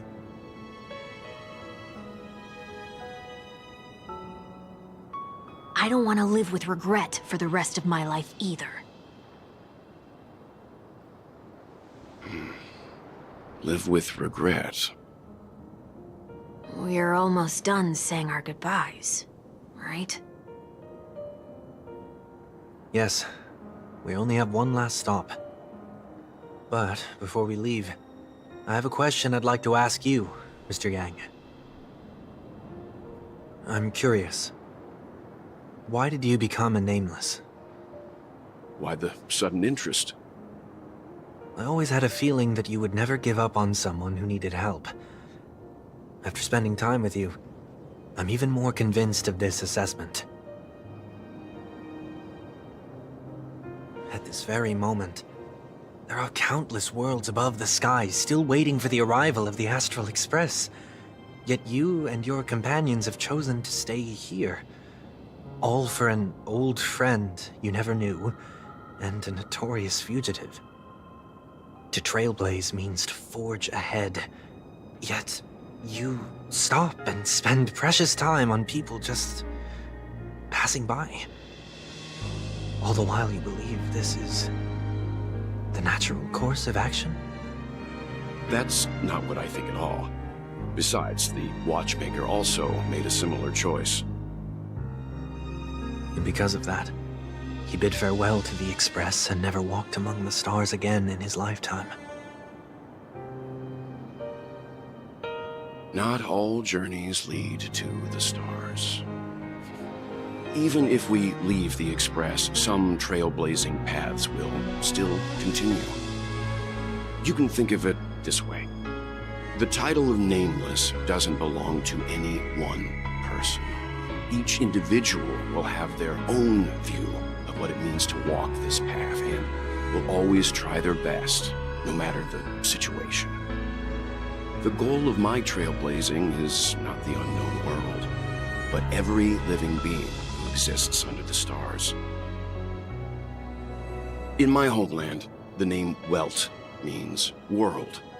It suggests that each person is a world unto themselves, and that we harbor as many possibilities as the distant stars. The connections I gain on my journey are what is most precious to me. This is my way of the trailblaze and the reason why I decided to stay here. Why me?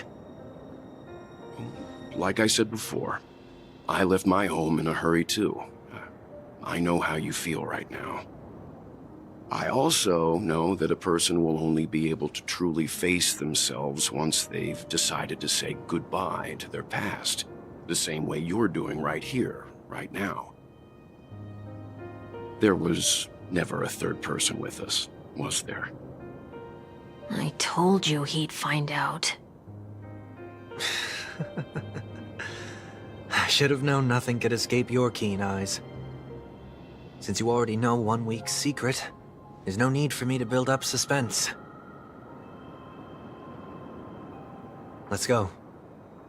We'll head straight for the finale and take our final bow in this farewell performance.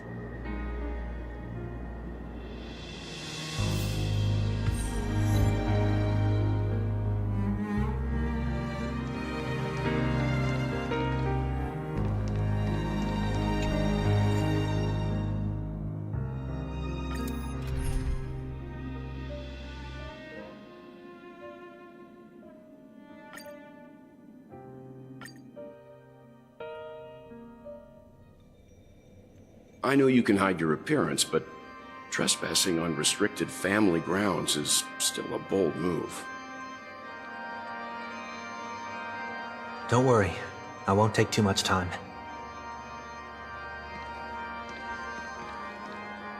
I was a child when I first visited the Grand Theater.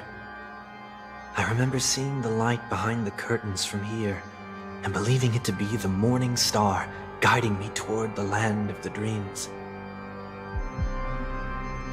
When I returned here many years later as the head of the Oak family, I finally learned that the light was actually a Stellaron. Now that you've returned to the stage, what are you planning to do?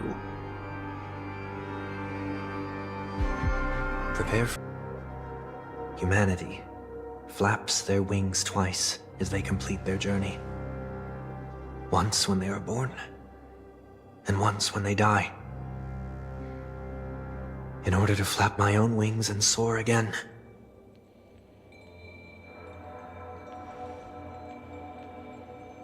I will say goodbye, here, to the me of yesterday. I really hate this face. My expressions feel so dull and lifeless.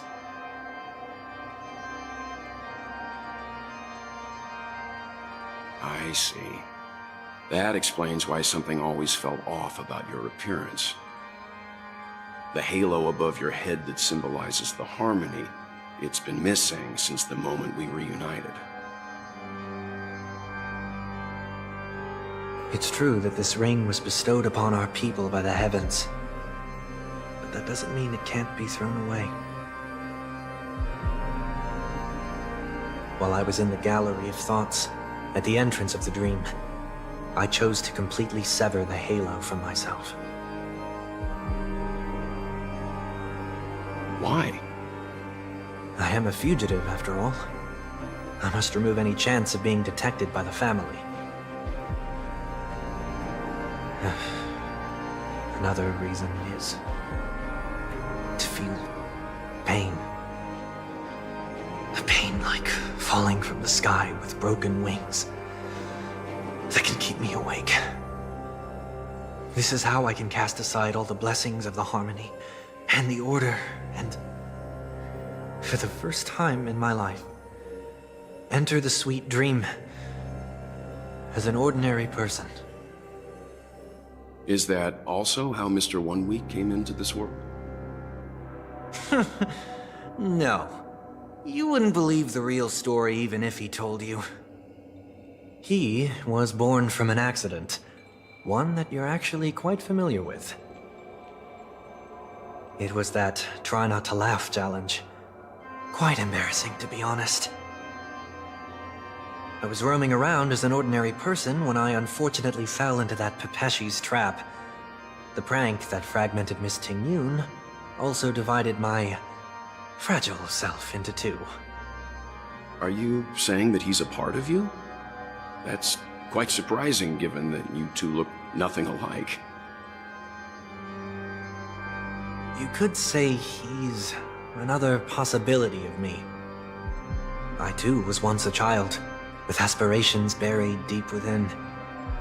Over time, those childhood voices grew increasingly faint. Maybe, if I had made a small change in my childhood, I would have turned out to be exactly like him. What a pity, failing to become a better version of yourself. So, my final farewell will be like that of Miss Ting-Yun. I will perform a tuning on myself, and return to my complete form. And this also means that 1 week will vanish for good. That's why I said this was the last stop. Is there a possibility that you will be the one who disappears? No. This is a foregone conclusion. But who's to say there won't be any changes? Maybe deep down, I'm also anticipating this possibility. Regardless of the outcome, you will have a witness. I'll be waiting for you in the audience. Much appreciated.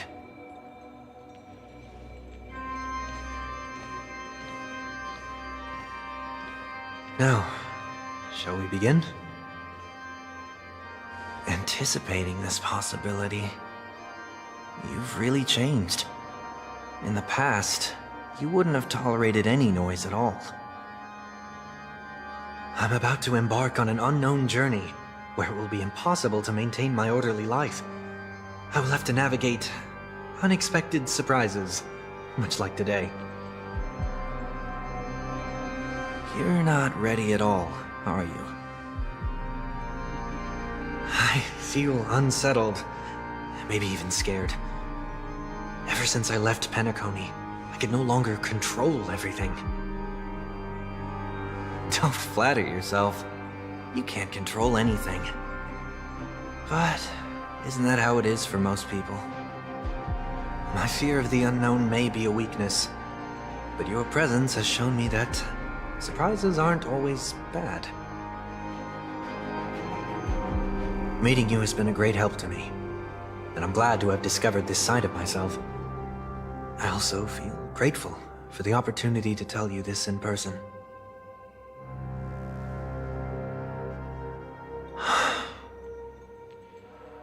I truly dislike you.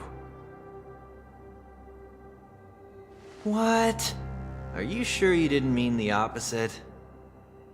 I must admit, many of your qualities strike a chord with me.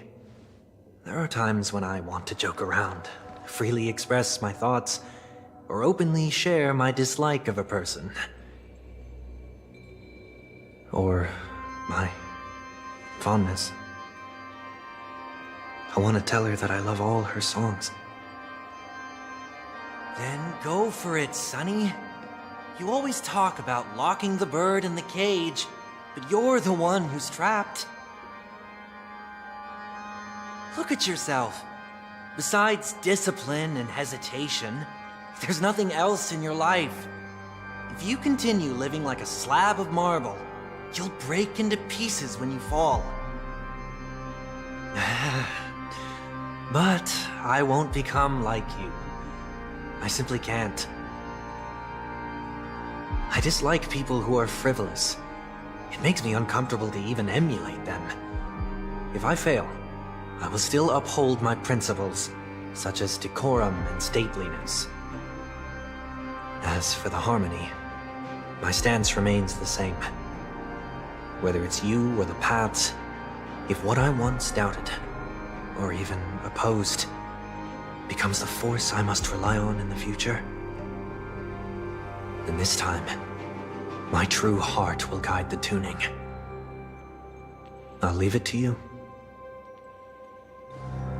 What is this?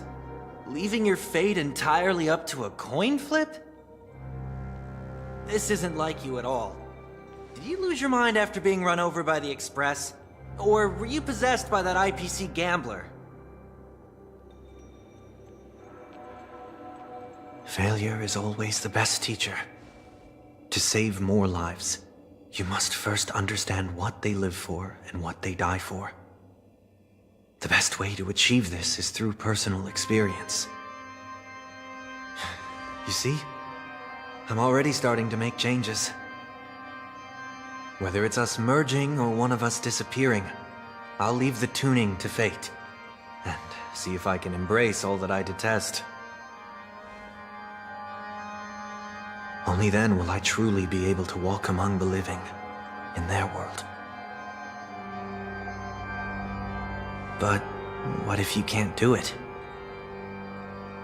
Well, that's out of my hands. It will just prove that I'm still the same person. The person who always disappoints his sister.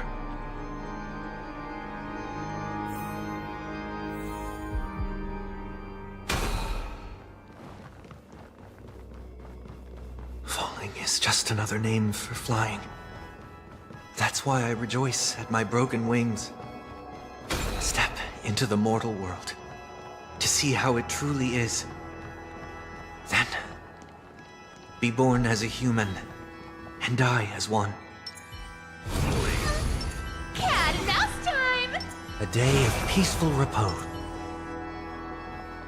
And with my last breath, I'll join the weak in reaching my hands toward the sky. On the planet of festivities, Whatever identities I once had, they no longer matter. It's not the gods who answer us, but ourselves from the future. I don't have much to say.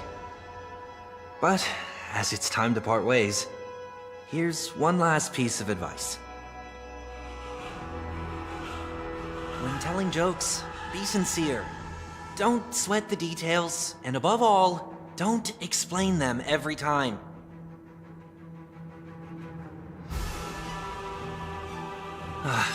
Never mind. Maybe it's better for you not to joke at all. No objections from me. This is so annoying. How did I become so dull?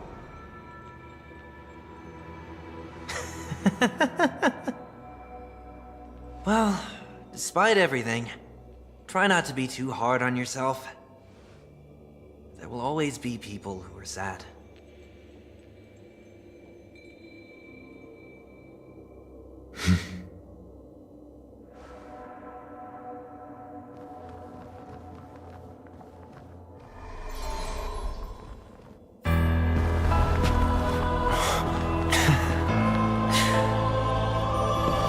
Planet of festivities, land of the dreams. I say goodbye to my home. Should one desire to leave the stage for good, one must first step back onto the stage!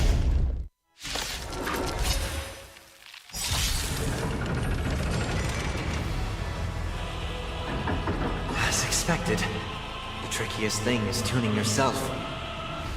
These dissonant sounds are much too harsh. The remedy is before me. And this will watch over you and guide you on your path. Still waters of oblivion. Found me. Disorderly. I wait for the target.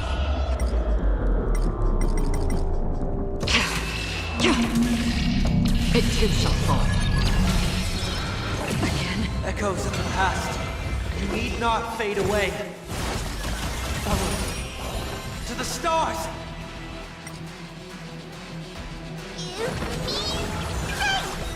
I can't thank you enough.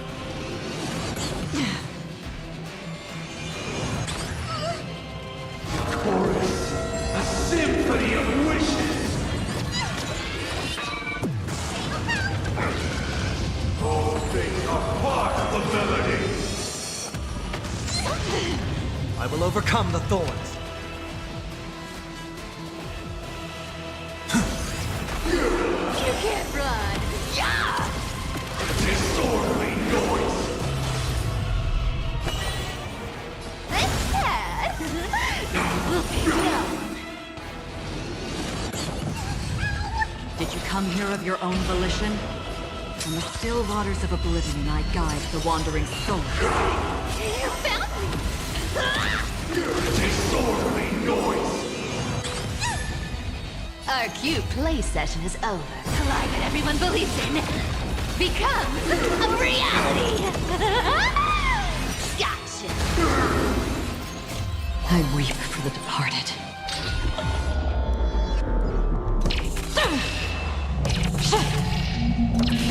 Dust rings, it too shall fall.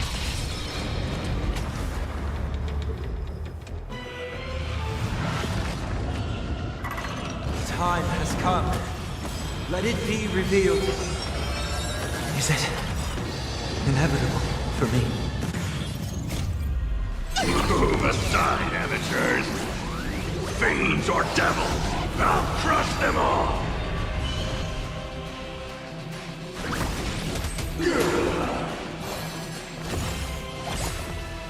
Let me get it. I have heard the call. Loud torment and doubt. I bid you farewell. In this mortal, I will walk with you, watch over you, and guide you on your path. Existence as fleeting as the dawn's dew, destined for oblivion.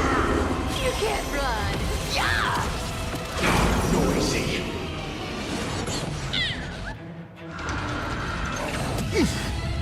The and you will be protected.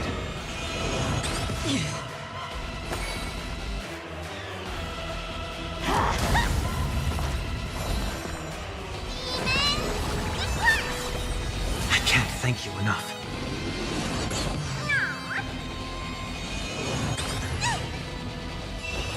Serenity stands clear before me. Another journey begins. From the still waters of oblivion, I guide the wandering soul. You found me! I weep for the departed.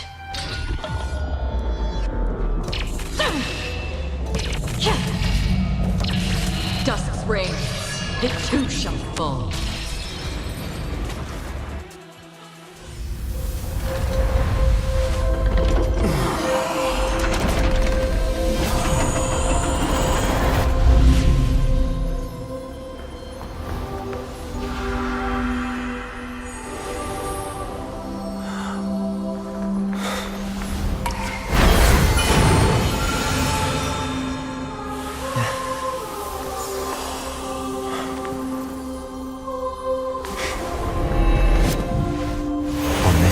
Day, I grant myself departure.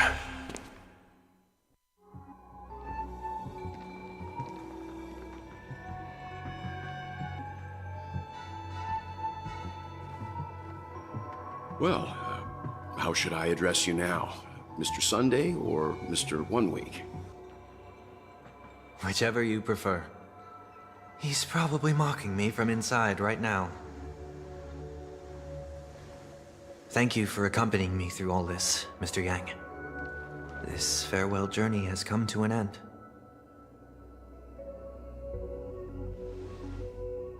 What are your plans after leaving Penacony? At this point, there's no need to hide things from you. I believe there's more to the incident involving the Stellaron on Penacony. Are you suggesting that the Dream Master wasn't the one controlling the Stellaron? Don't worry. The Oak family was indeed behind seizing the Stellaron, and resurrecting the fallen Eon during the Charmony Festival, and you've already defeated them. But Mr. Gopherwood once told me that all the Order's efforts were aimed at avoiding the same mistakes that the Harmony made. My guess is that the family from the Montour system must be involved. Unfortunately, too much time has passed to verify that.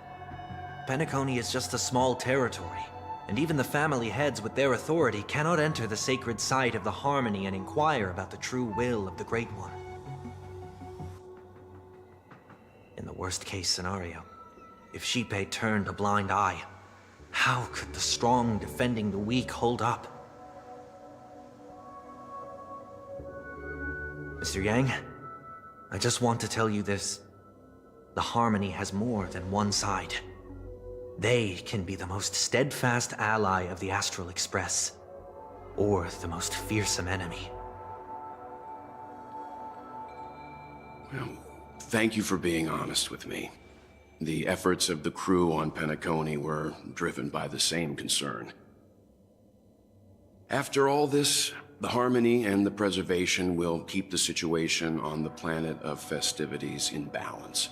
With the momentum from the Trailblaze, more forces will arrive, and Penacony will become a public space in the cosmos. Freedom is the only answer the Nameless can offer. I'm glad that Penacony needs it.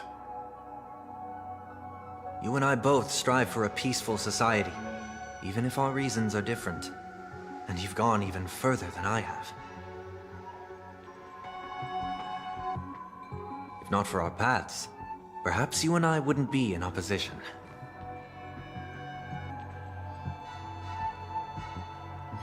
Don't sell yourself short.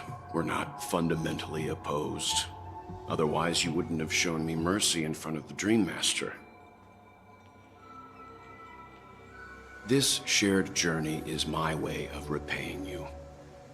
After all, You are one of my trailblazing goals.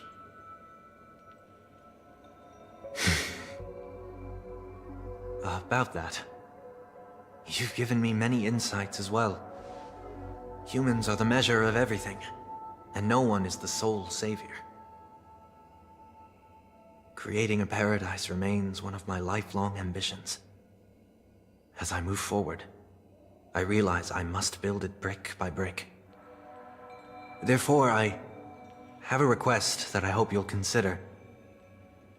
While I lack the will to trailblaze, nor can I become a true nameless, I admire your convictions. Perhaps what I need, more than asceticism, is knowledge. Therefore, after leaving Penacony, would you consider letting me come aboard the Astral Express and travel with you for now?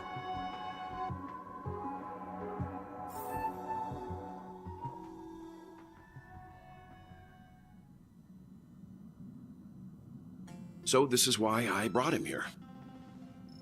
Mr. Sunday wants to join us on the Express.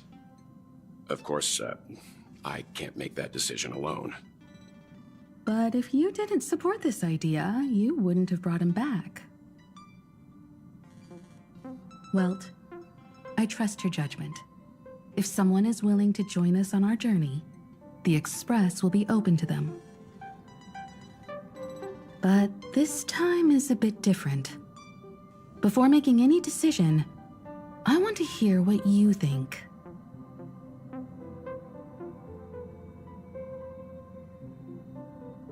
Oh, really? But your face tells me otherwise. Come on, spill it. Your opinion holds the most weight. I learn the most valuable lessons from my past opponents. Please, say whatever's on your mind.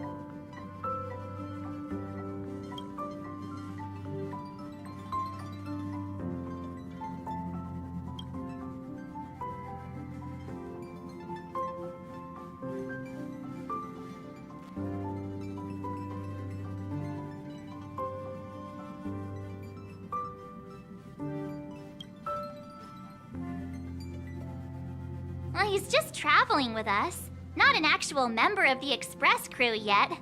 Your newbie status is untouchable. I'm fine with that. Thank you all for your forgiveness. Perhaps I'll find the answer I'm looking for on this journey. And when that day comes, it'll be farewell. Until then, rest assured that I will do my best to fulfill my duty as your companion. Looks like we've come to a decision. Remember to keep the conductor in the loop, too. Now that our business on Penacony is settled, it's about time we get back on track and prepare for our next warp jump. Yeah, but let me try contacting Madame Herta again before we set off. She helped us look into Amphorius. Even though nothing new came up, I should at least let her know we're leaving. Try? I tried contacting the space station several times, but I never got any response. Maybe there's a problem with the interastral network. It shouldn't be anything to worry about. What could happen on the genius's home turf? even the Antimatter Legion wouldn't stand a chance. For all we know, Madame Herta could be making a move again. No, we're still not quite there.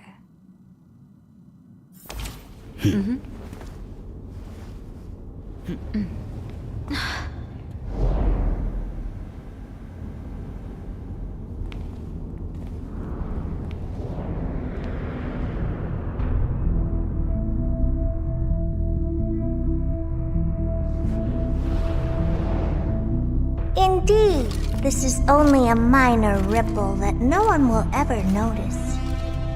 So, you must also understand, for a genius, the importance of asking questions outweighs the importance of the answers themselves. So-called magic has its own set of principles. There are no mysteries in this universe that cannot be solved. So,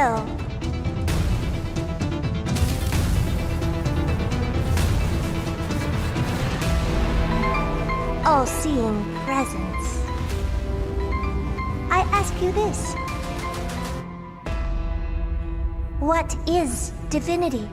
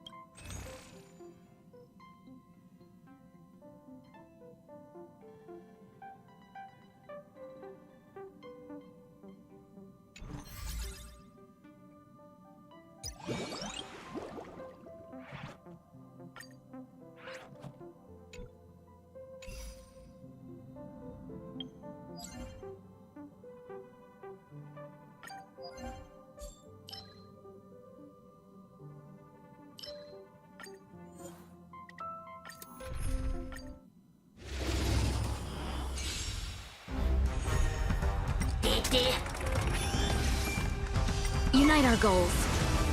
Never hesitate! Too slow. Get them!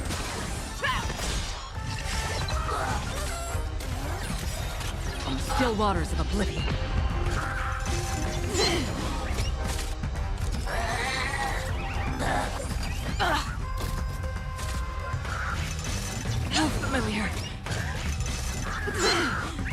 Clouds scattered. The fearless knows not fear. I won't do. Protect me! Destined for oblivion. Too slow.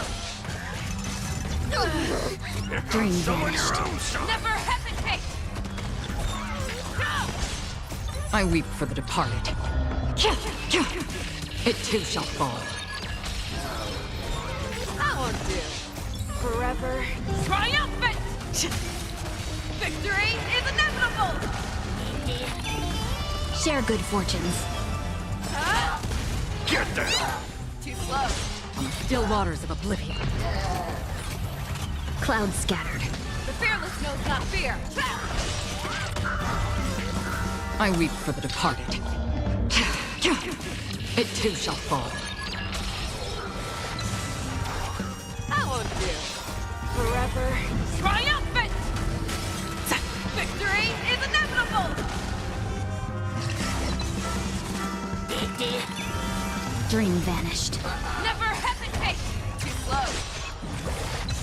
Get them!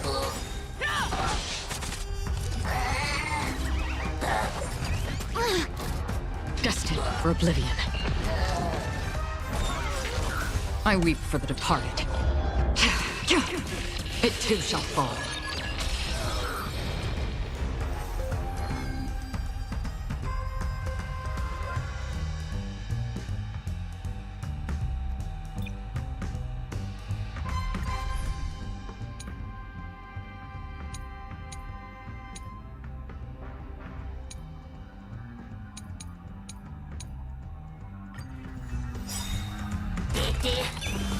Come to me!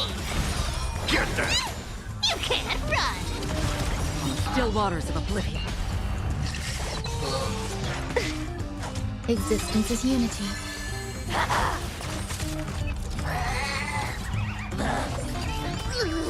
Pick on someone your own side! Give me strength! Destined for oblivion.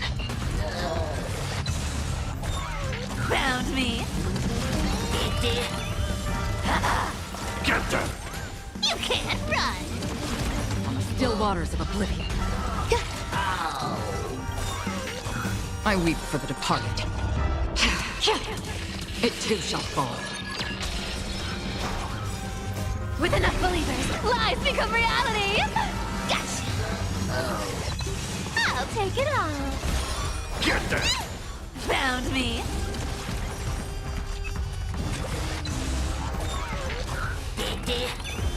Come to me! Get them! You can't run! Destined for oblivion. I weep for the departed. It too shall fall.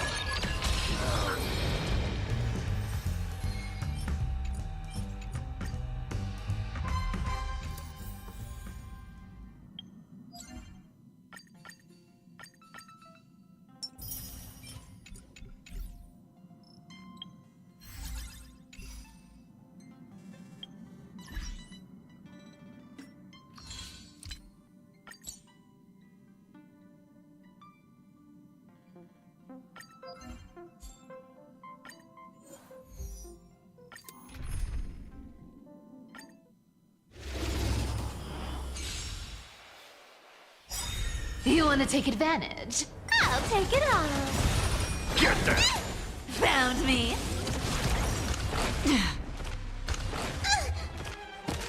On the still waters of oblivion.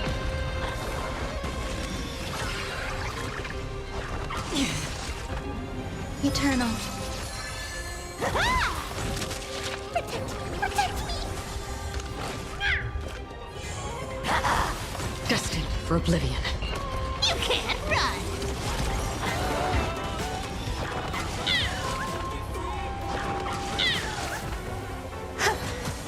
Get them! Come to me! On the still waters of oblivion. Found me! With enough believers, lies become reality! Gotcha! I weep for the departed. It too shall fall.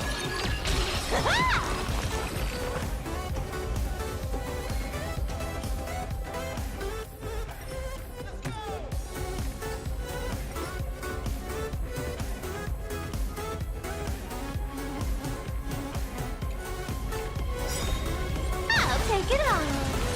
Get there! You can't run.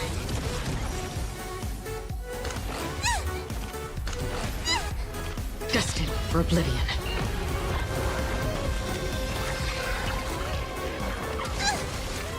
Existence is unity. Give me strength. On the still waters of oblivion. Found me.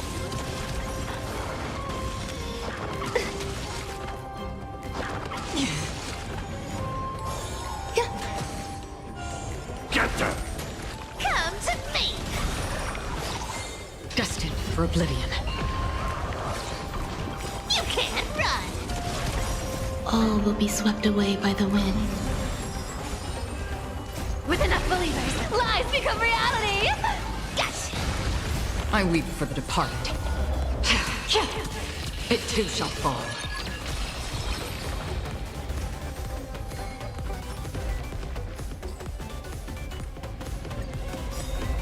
I'll take it all.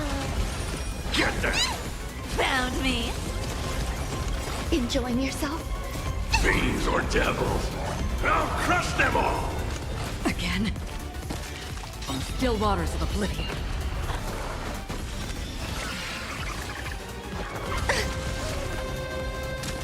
Eternal. Protect me. Destined for oblivion. You can't run.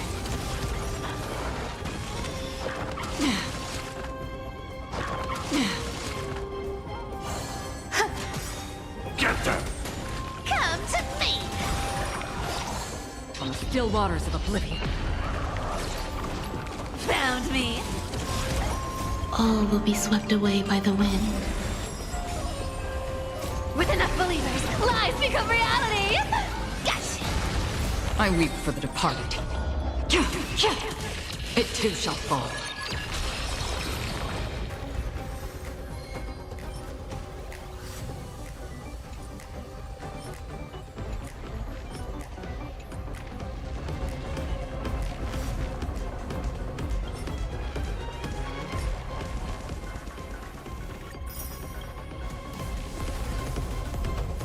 I'll take it all.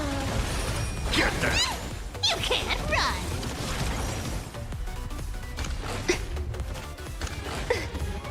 Destined for oblivion.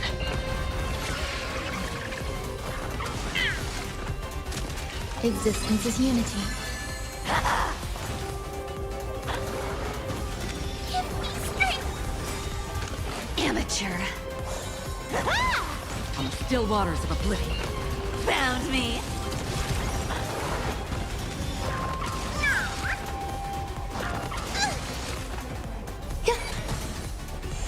Get them!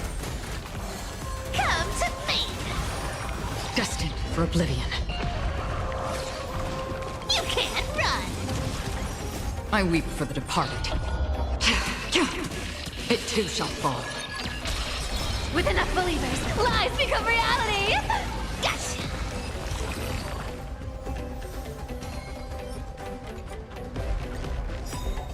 I'll take it all. Get them! Found me. On the still waters of oblivion.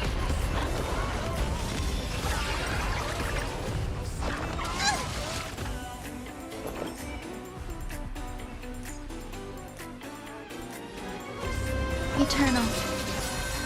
Every petal, all will be swept away by the wind. You want to take it?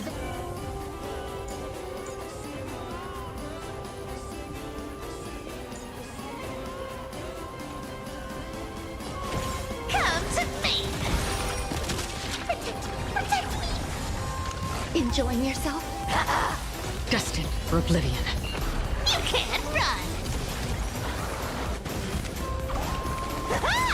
Get them! Found me. With enough believers, lies become reality. Gotcha. I weep for the departed. It too shall fall.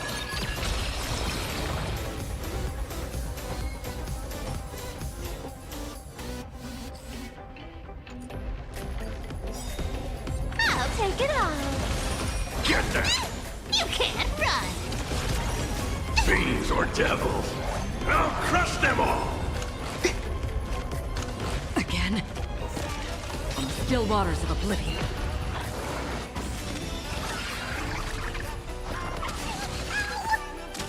Existence is unity.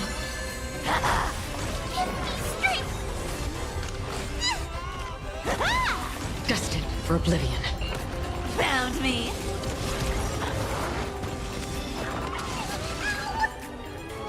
Amateur. Get them! Come to me. On the still waters of oblivion. You can't run. All will be swept away by the wind. With enough believers, lies become reality. Gotcha. I weep for the departed. It too shall fall.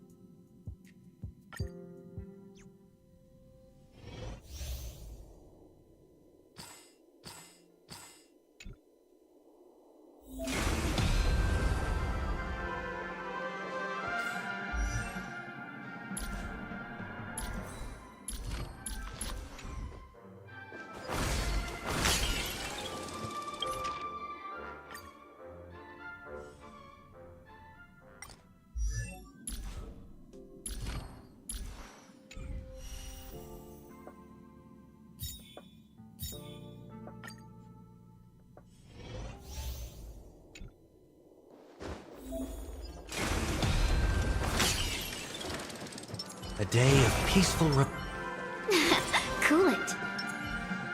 Flee! Flee!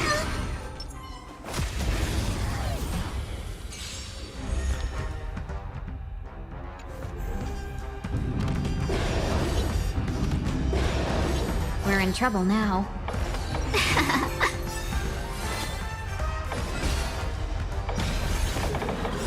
A thousand wonders to fight as one! This mortal Watch over you and guide you on your path. I can't thank you enough.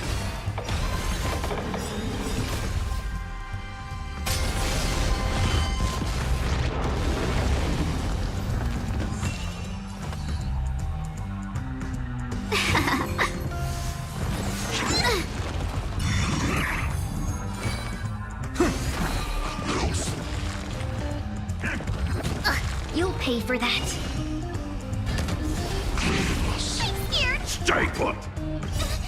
Fiends or devils, I'll crush them all!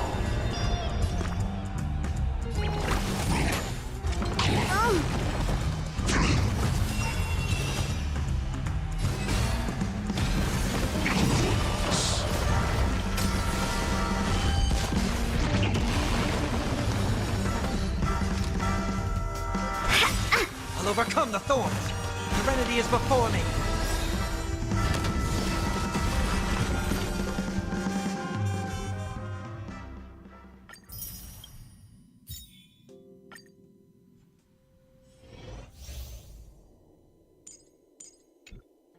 Broken Phantasm.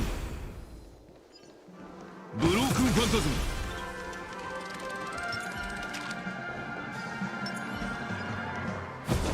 I'll be taking point.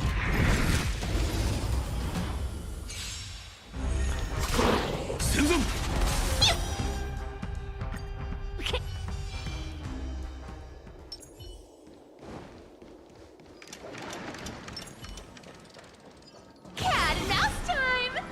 I'll be taking point. Watch this.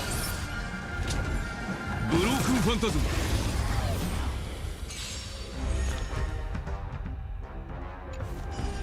Found me.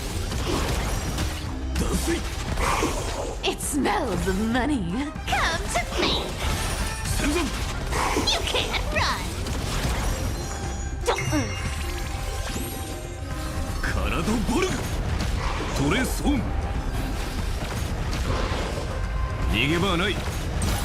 That's all you got?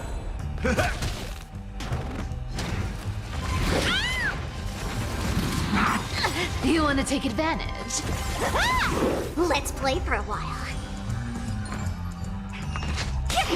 Found me. Let's play. Can you find the answer?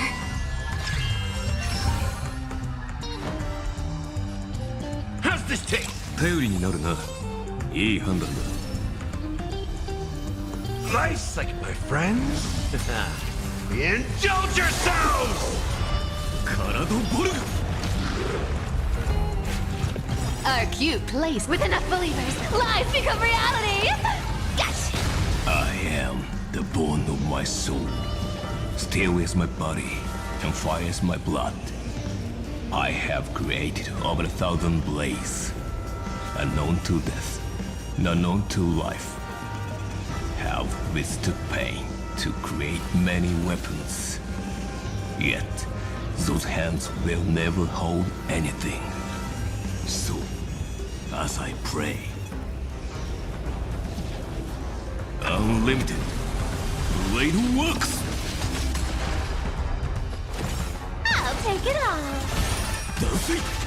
You can't run.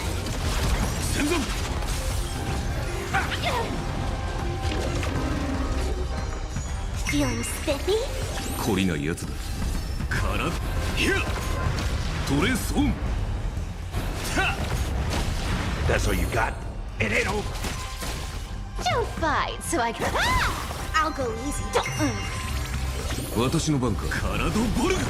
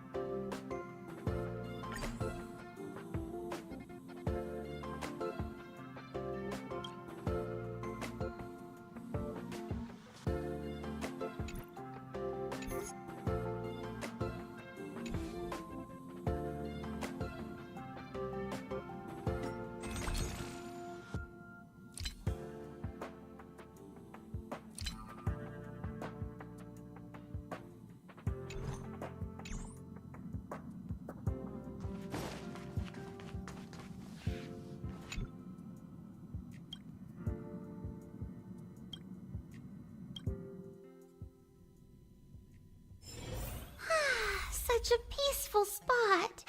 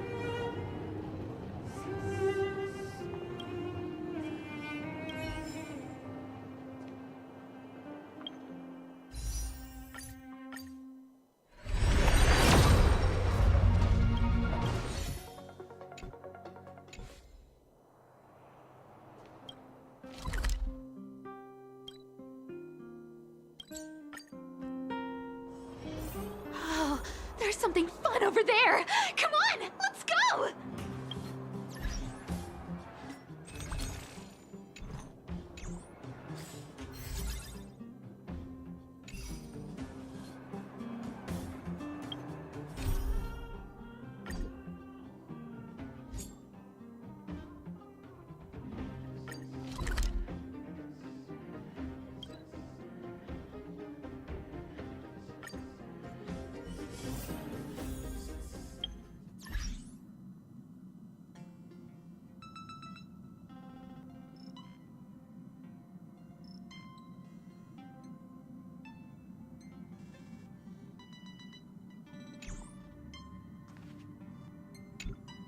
Please stand by, passengers. The navigation meeting will be starting soon. She doesn't think it's right to join in on our vote when she's only hitchhiking with us, so she's waiting in the party car. Though she did say that she believes we'll end up deciding on Amphorius. I'm sure everyone has a destination in mind. Oh, he isn't joining us for the navigation meeting. He went to the party car to rest. Don't worry about him. An unexpected destination could be a great starting point for Sunday.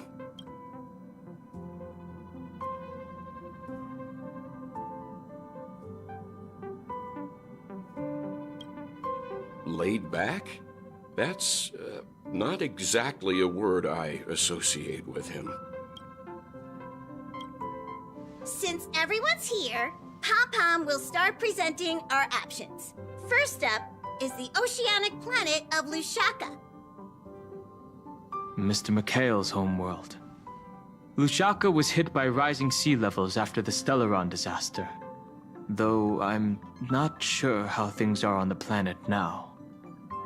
Next, we have Malustanin, the Agate world. That's where Adrilla the Beauty ascended, a world of undying allure.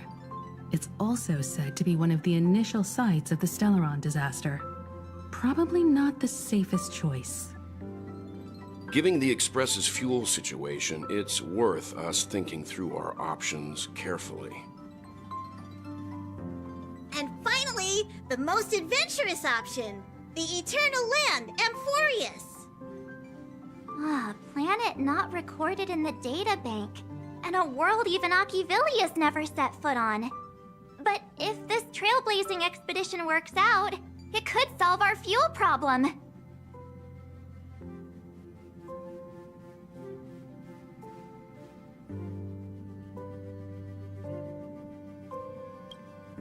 It's not that simple, but we can save Pom-Pom from worrying about service delays, at least for a foreseeable period of time. Amphorius does have something to offer, unlike the other options. Plus, it's a completely unknown world. What better place to trailblaze? I feel the same. While we know nothing about Amphorius, we know the other two worlds aren't exactly safe options. Anyway, if it's a risk we're taking, we might as well throw in some adventure for good measure. Agreed. So, everyone's leaning toward the uncharted world? It seems we've got a crew of like-minded adventurers on the Express. That includes me too. I'm for Amphorius. Looks like Pom-Pom's voting plan won't be needed after all. It's official then. Our next stop is Amphorius! Great! I'm looking forward to the conductor's jump announcement. I'll be in my room freeing up some memory on my camera. I'm going to have to snap tons of pretty pictures this time. Don't forget to share the good news with Miss Black Swan. I'd better start packing up too. Or should I go chat some more with the others? Ah, this is your first time exploring beyond the astral charts, isn't it?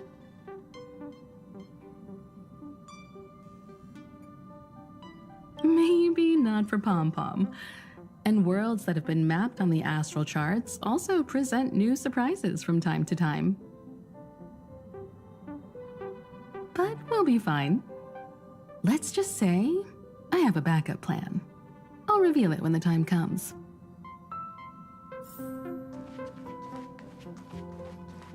A world yet to be explored by the Trailblaze. No self-respecting nameless would turn that opportunity down.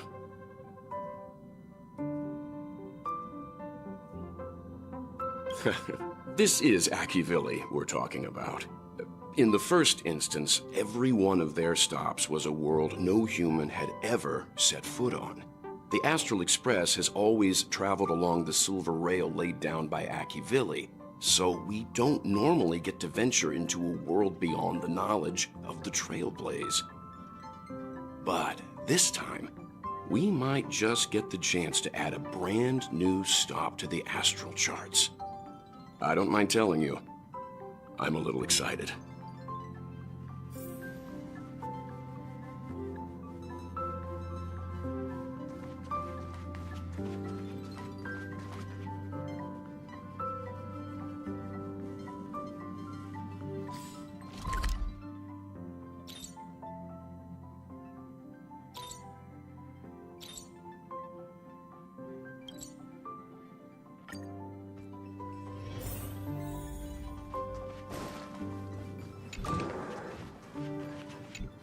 I can't provide many details about our destination this time. You can ask the Memo Keeper if you want to know more. I suppose there's a lot to do. I'll disembark with all of you this time. We've never had this many passengers on board before. I'm still not used to it. Why don't you head to the party car first? I'll see you later.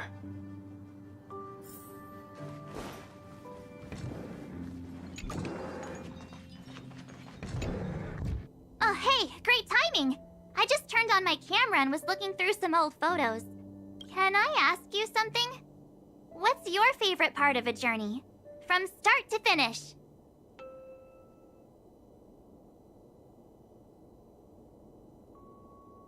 Then let's go snap some photos as soon as we arrive in Amphorius. Anyway, enough chit-chat. I better pack some extra batteries in case we end up somewhere without power.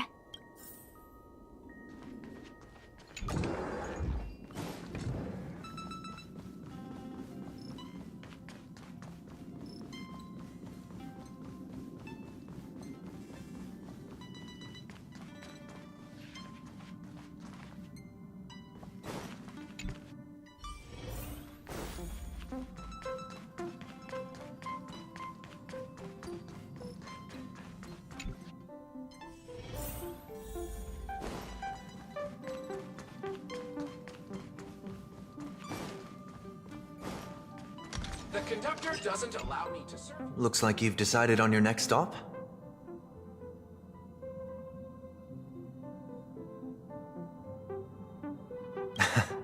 I see.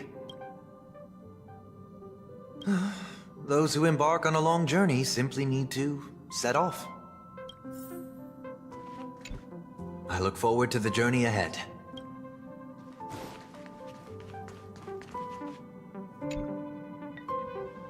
Ah, you're here. I hear the Nameless are going to Amphorius. A very wise decision.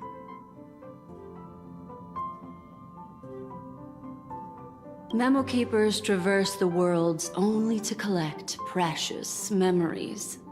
Have you heard that before? It's my duty to salvage unknown memories, and the Amphorius that has been revealed by the garden's mirror is like a treasure inside a display case. Dazzling, yet out of reach. I need a sharp nail to break through that glass, and that's where you come in.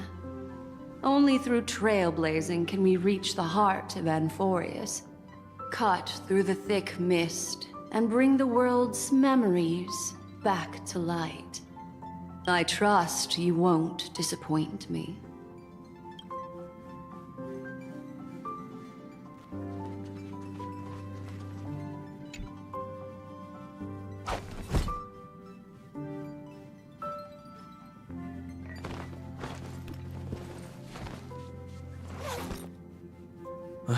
Looks like it's about time.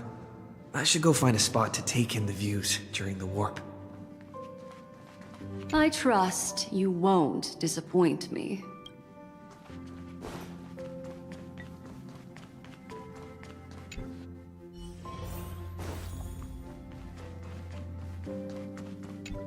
But we'll be fine. Let's just... An unknown world brings unknown challenges. Exciting stuff.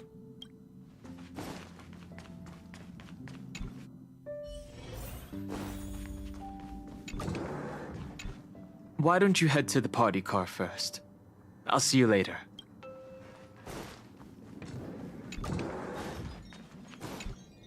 Enough chit-chat. You should get packing too.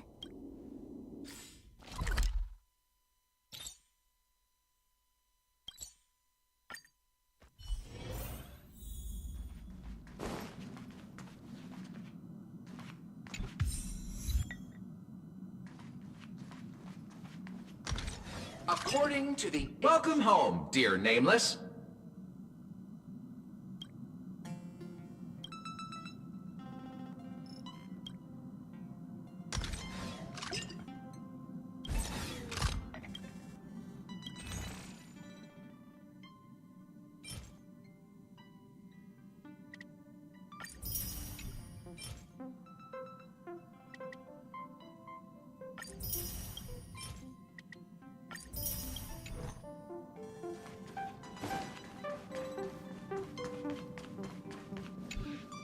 Attention passengers! The express is about to make the jump. Please be seated and hold on.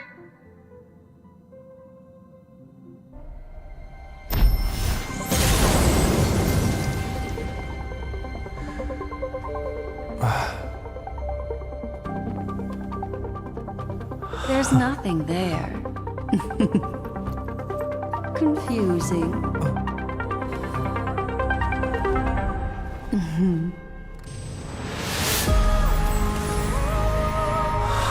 The answer lies hidden in the starry sky. Here it is, the isolated world that can only be seen through the garden's mirror. The eternal land, Amphorius.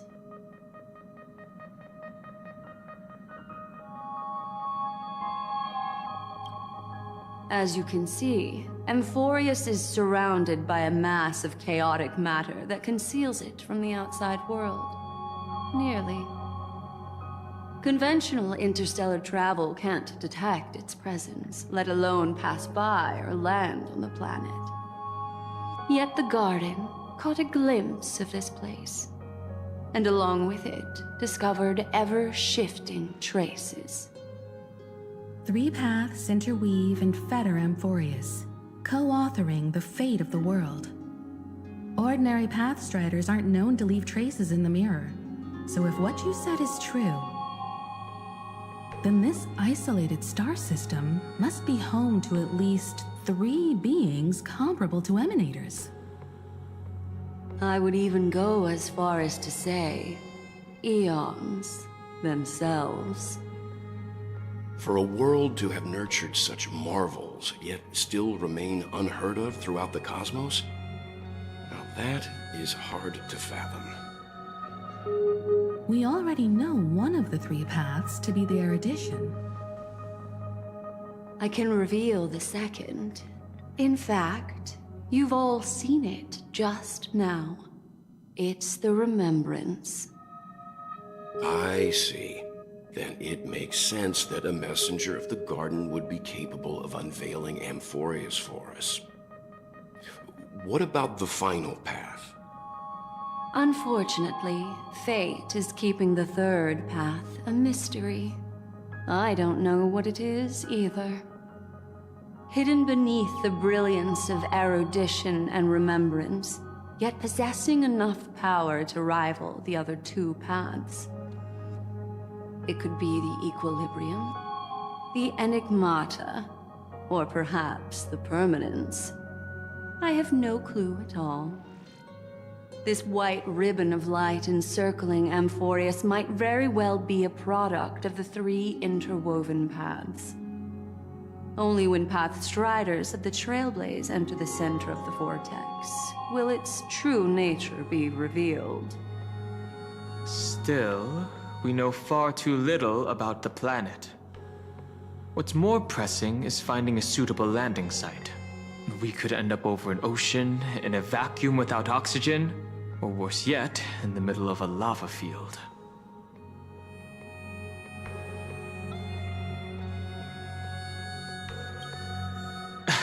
Throwing in the towel already? I don't think we're at that point yet. Looks like someone is all set and itching to get off the train. Wait, I think we might be missing someone.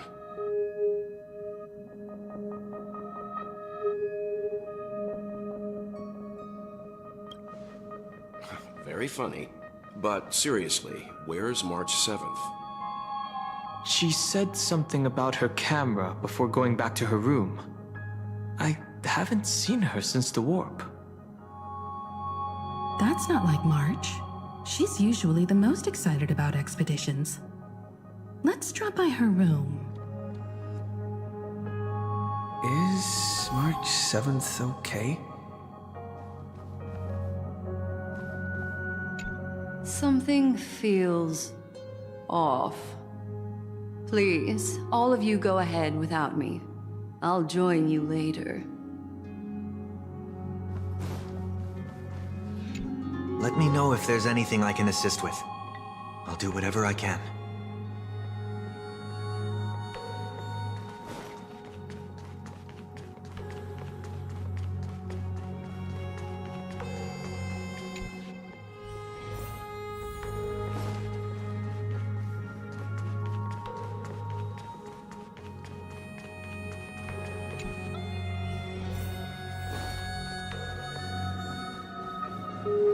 March, are you in here? Yeah.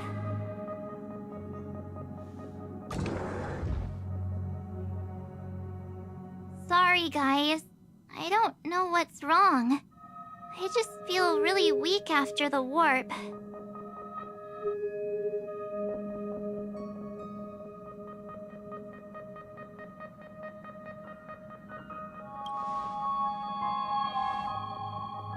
Of course not. I've been through way more jumps than you ever have. Miss Black Swan, could you take a look at the memories in this room?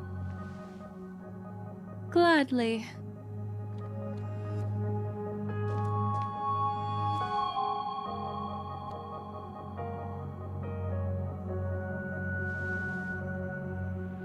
I'm seeing March 7th hit by a sudden bout of weakness in her memories, as if something was weighing on her. The onset of it far too quick to be any kind of sickness. Perhaps it's the effect of some external stimulus? Oh, why is everyone here? I should have cleaned my room. I invited Sunday to help with the diagnosis. He grew up in a star system rich in memoria. When it comes to mental healing, he's quite the specialist.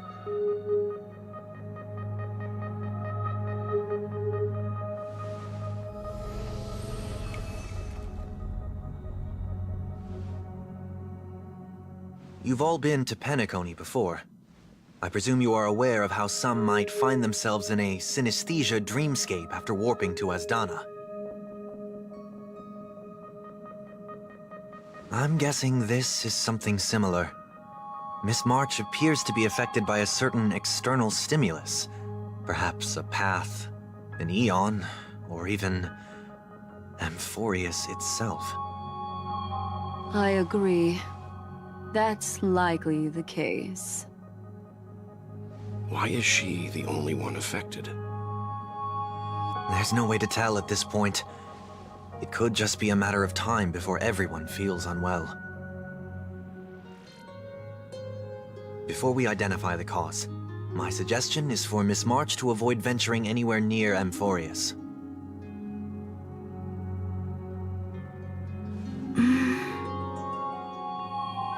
It's okay, Himeko. I'll be good on my own. Go ahead, guys. I'll catch up once I feel better. Here. Take my camera along. I was planning to take photos when we got there, but looks like you'll have to help me with that now.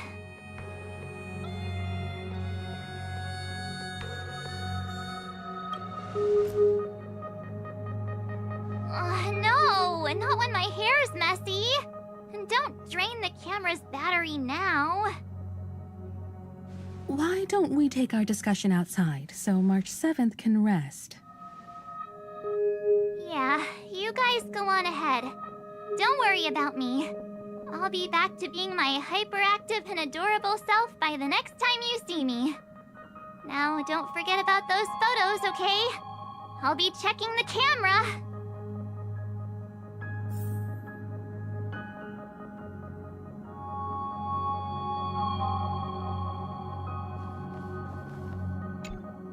Do you think March 7th's past could be connected to Amphorius?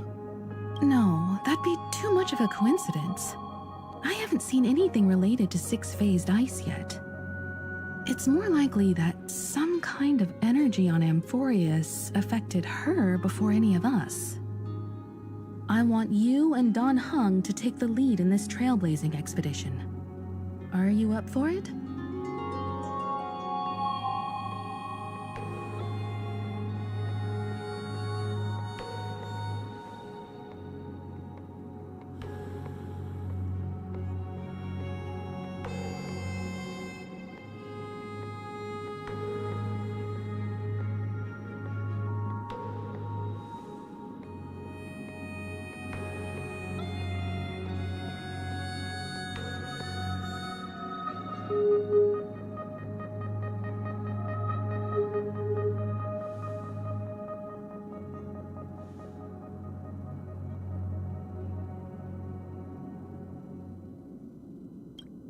Not to worry. We have a knack for finding trustworthy friends wherever we go. Amphorius is a crucial stop, so everyone on the Express has been roped in to help in some way or another. Venturing into the unknown world is a task perfect for you youngsters. I'm sure you'll both have each other's backs. So we're staying behind to take care of the grown-up stuff. Chin up, Welt. You'll get your chance out in the field. Someone should be taking care of March 7th, too. I can do that. I'm fine with any arrangement you have for me. Great. Sounds like we're all good. Come with me to the parlor car then, you two. I prepared a backup plan before our departure, but I didn't count on having to reveal it so soon. I suppose there's a lot to do. I'll disembark with all of you this time.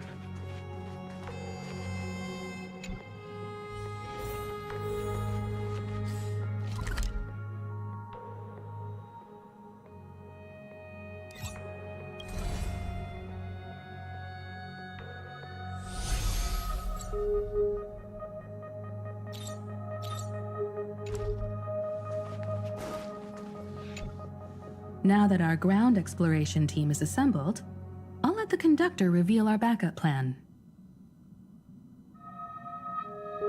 Yes, seeing how this is going to be a perilous expedition, Pom-Pom and the Navigator have come together to prepare a special trailblazing gift for you.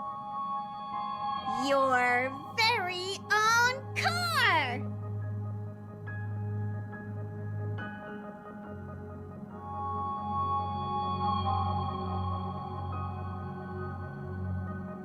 Amphorius is outside the interastral peace communications coverage zone, so there's no chance of remote communication when you're there. Uncoupling and using one of the Express's cars as your landing capsule is the best way we can ease your exploration. It can also be your safe house once you're on Amphorius. The car you're getting has its own thrusters, so just buckle up, and it'll take you into Amphorius and land you somewhere safe.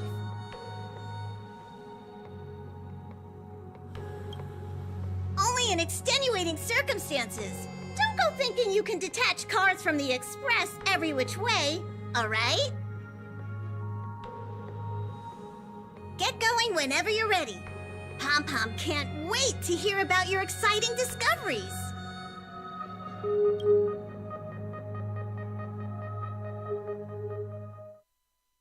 Car ready for detachment. 3, 2, 1.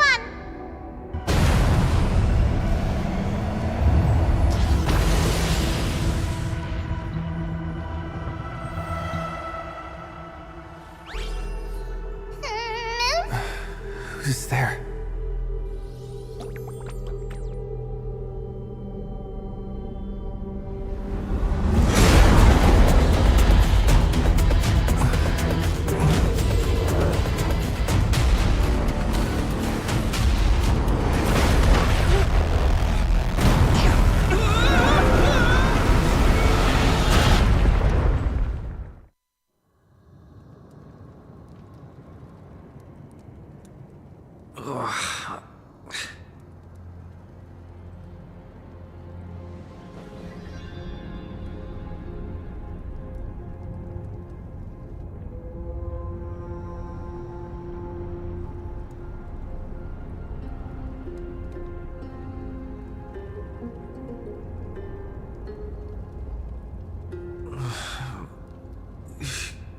Dan Heng?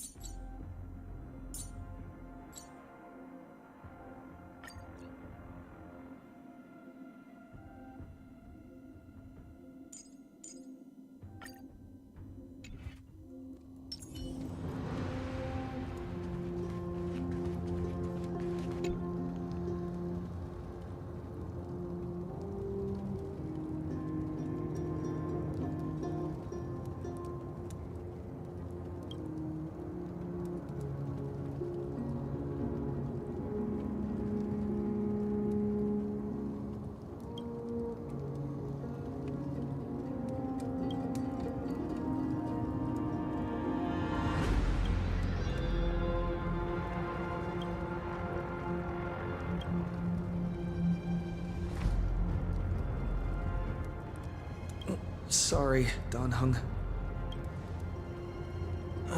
Sorry for what?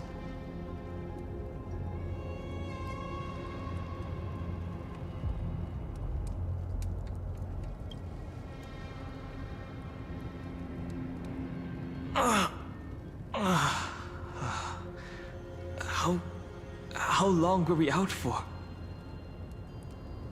You passed out when our car got hit. I blacked out too, but not before dragging you out. It's a good thing we were in the car, or we would have been crushed to pieces. We should try making contact with the Express.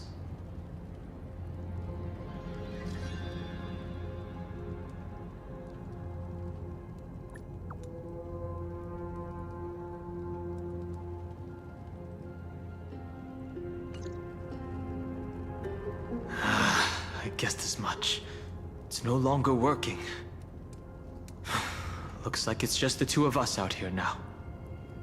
Let's find someplace safe to set up a base of operations first. This statue and the buildings we've seen so far point to a civilization here on Amphorius. We can only hope that they're not hostile toward outsiders.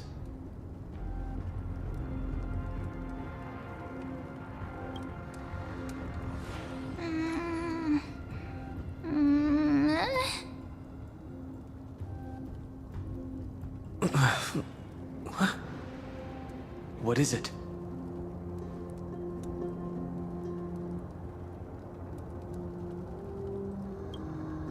Someone's here? Ready your weapon and stay alert.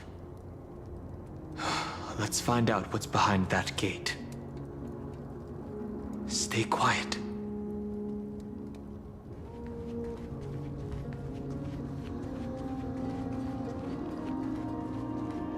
Hold on. It opened on its own.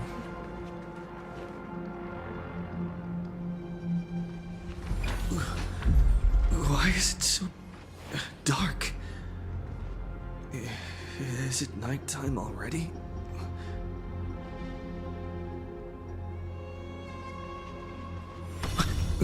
What?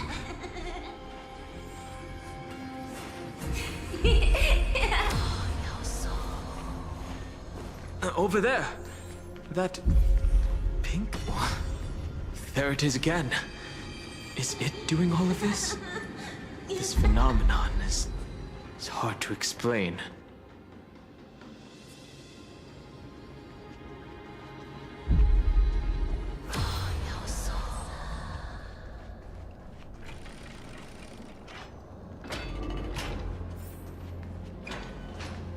It's gone. That happened too fast for us to make any sense of it. Did you see what the creature looked like?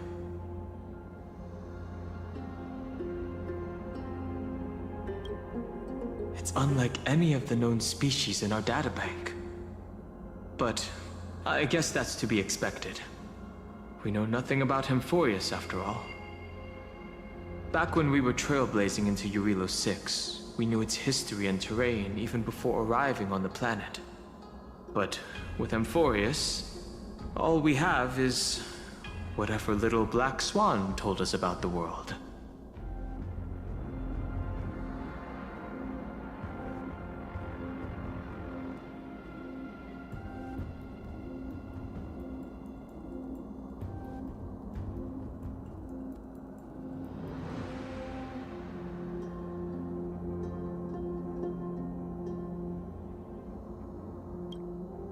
I'm afraid we must plan for the worst. Putting a potential language barrier aside, that was a powerful attack on us just now. It's hard to imagine a planet as far out and isolated as this, having the expertise to create such sophisticated weaponry.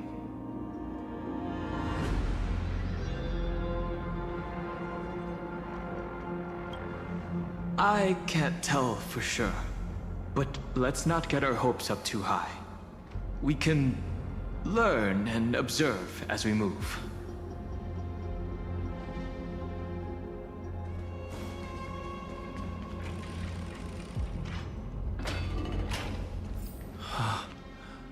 Now that's one monumental city gate.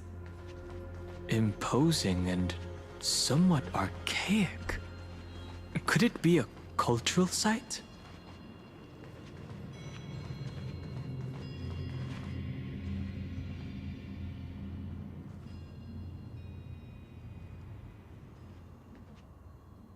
Well, it looks like no one lives in this area, and that strange creature from before is nowhere to be seen. But look at that!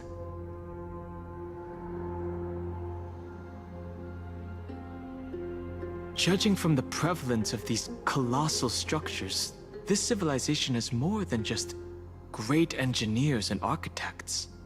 The structures also indicate a universal belief system. If only it were closer, I'd be able to make out the details. If you want to take some photos, now would be the perfect time.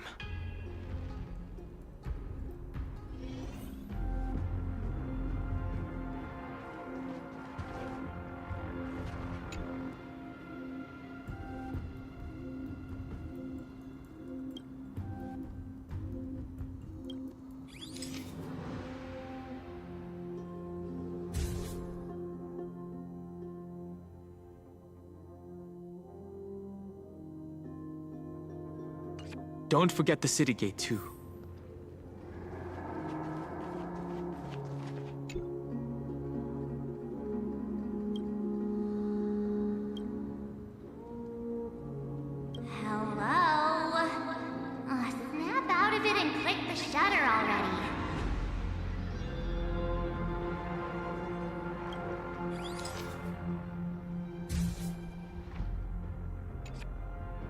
These turned out great. They deserve the most prominent spot on the photo wall.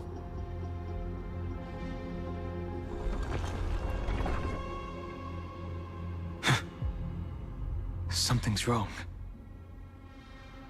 Watch out!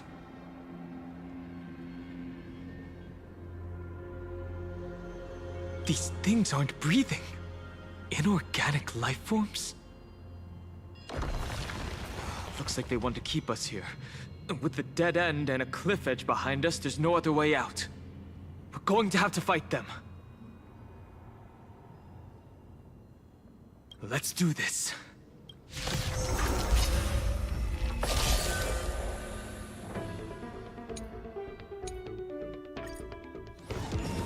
Take your positions. Dreams do come true. You can't run! Don't fight, so I come to me! I can do this! Protect me! Thanks. That feels way better.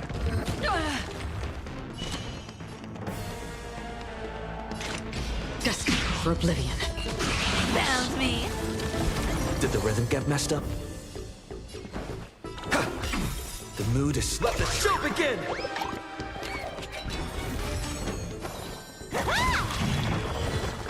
Get them! You can't run! I weep for the departed. It too shall fall.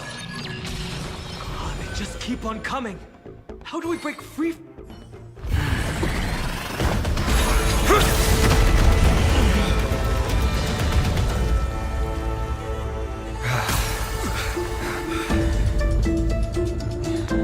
Look out!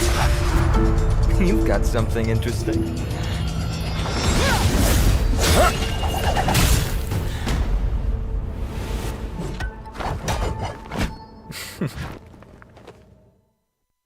I bear no harm.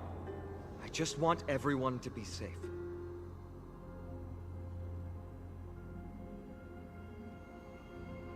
Everyone to be safe? Roaming around a place like the Abyss with weapons in tow is a show of provocation. Those soldiers are minions of the Strife Titan. They're not known to stop until all invaders fall under their feet. If you continue brandishing your weapons, you won't only be putting yourselves in the crossfire.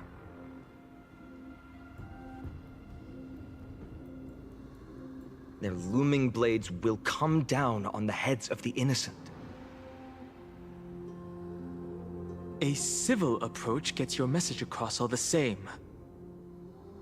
It's difficult to tell if you're friend or foe when you appear out of thin air. Even without your weapons, a great power still lurks within you. I could be putting myself in harm's way for all I know. I'd be unwise not to take precautions. So, care to share the reason for dropping in on us? Visitors from above? Ainon, look what you did again! Taking off only to get yourself into trouble?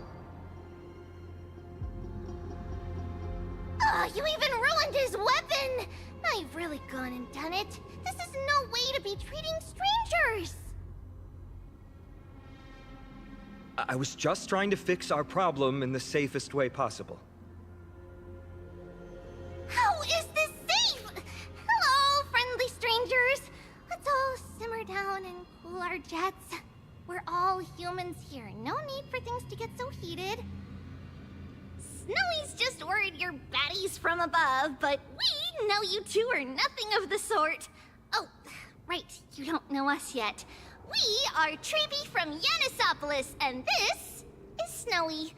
Hurry up and apologize to them. All right, if you say so, Treeby. I apologize for my earlier behavior. I was overly wary because both of you landed in this tumultuous region. It put me on high alert. I understand. We are trailblazers from beyond the sky.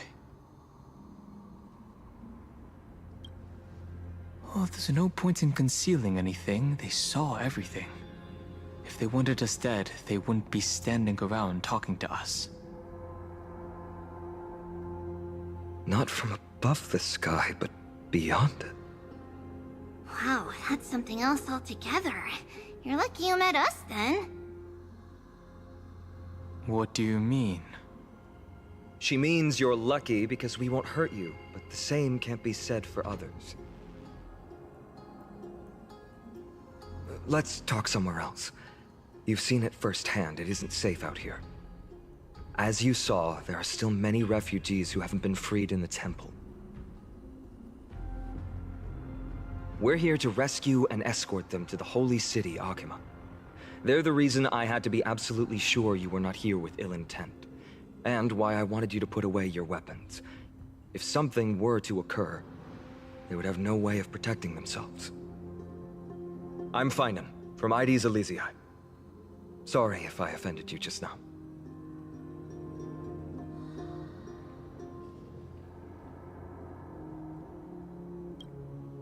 I'm Dan Hung. This is...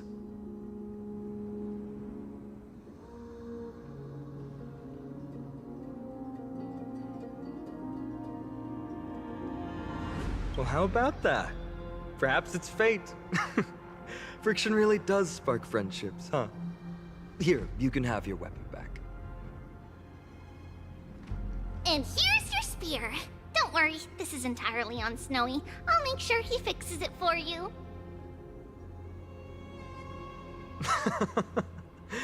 It seems I'll have to treat Cartonis to a couple of drinks again. We've just arrived and still have many questions. If you two can ensure our safety, traveling together would certainly be the best choice. Please, lead the way.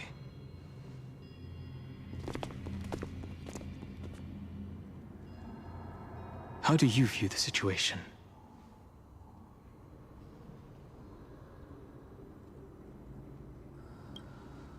I agree. To disarm you in a flash and even snap my spear, he's no ordinary person. He was also quite cautious, keeping his distance throughout the conversation. I tried probing for more information on Amphorius, but they both casually glossed over it.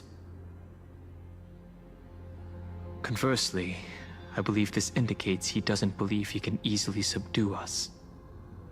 If things take a turn for the worse, our best bet is still going to be resolution by force.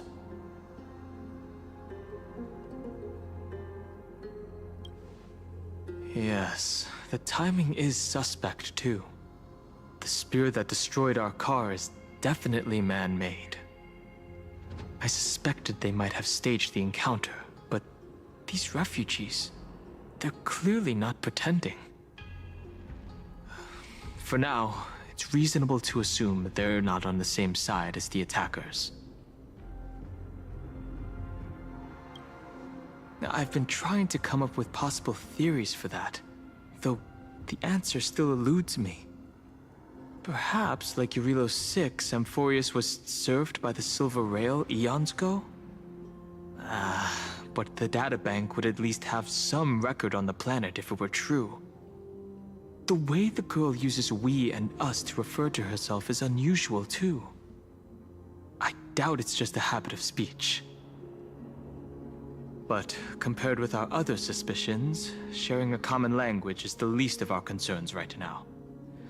As the saying goes, let's get moving like a blade through... You get the point. Though losing the spear is unfortunate, we gained some important insight. Amphorius' weapon forging skills are on par with the craftsmanship that forged Cloudpiercer. Looks like this world is nowhere near as primitive as we had first thought. Perhaps they have more to surprise us with at this holy city they mentioned.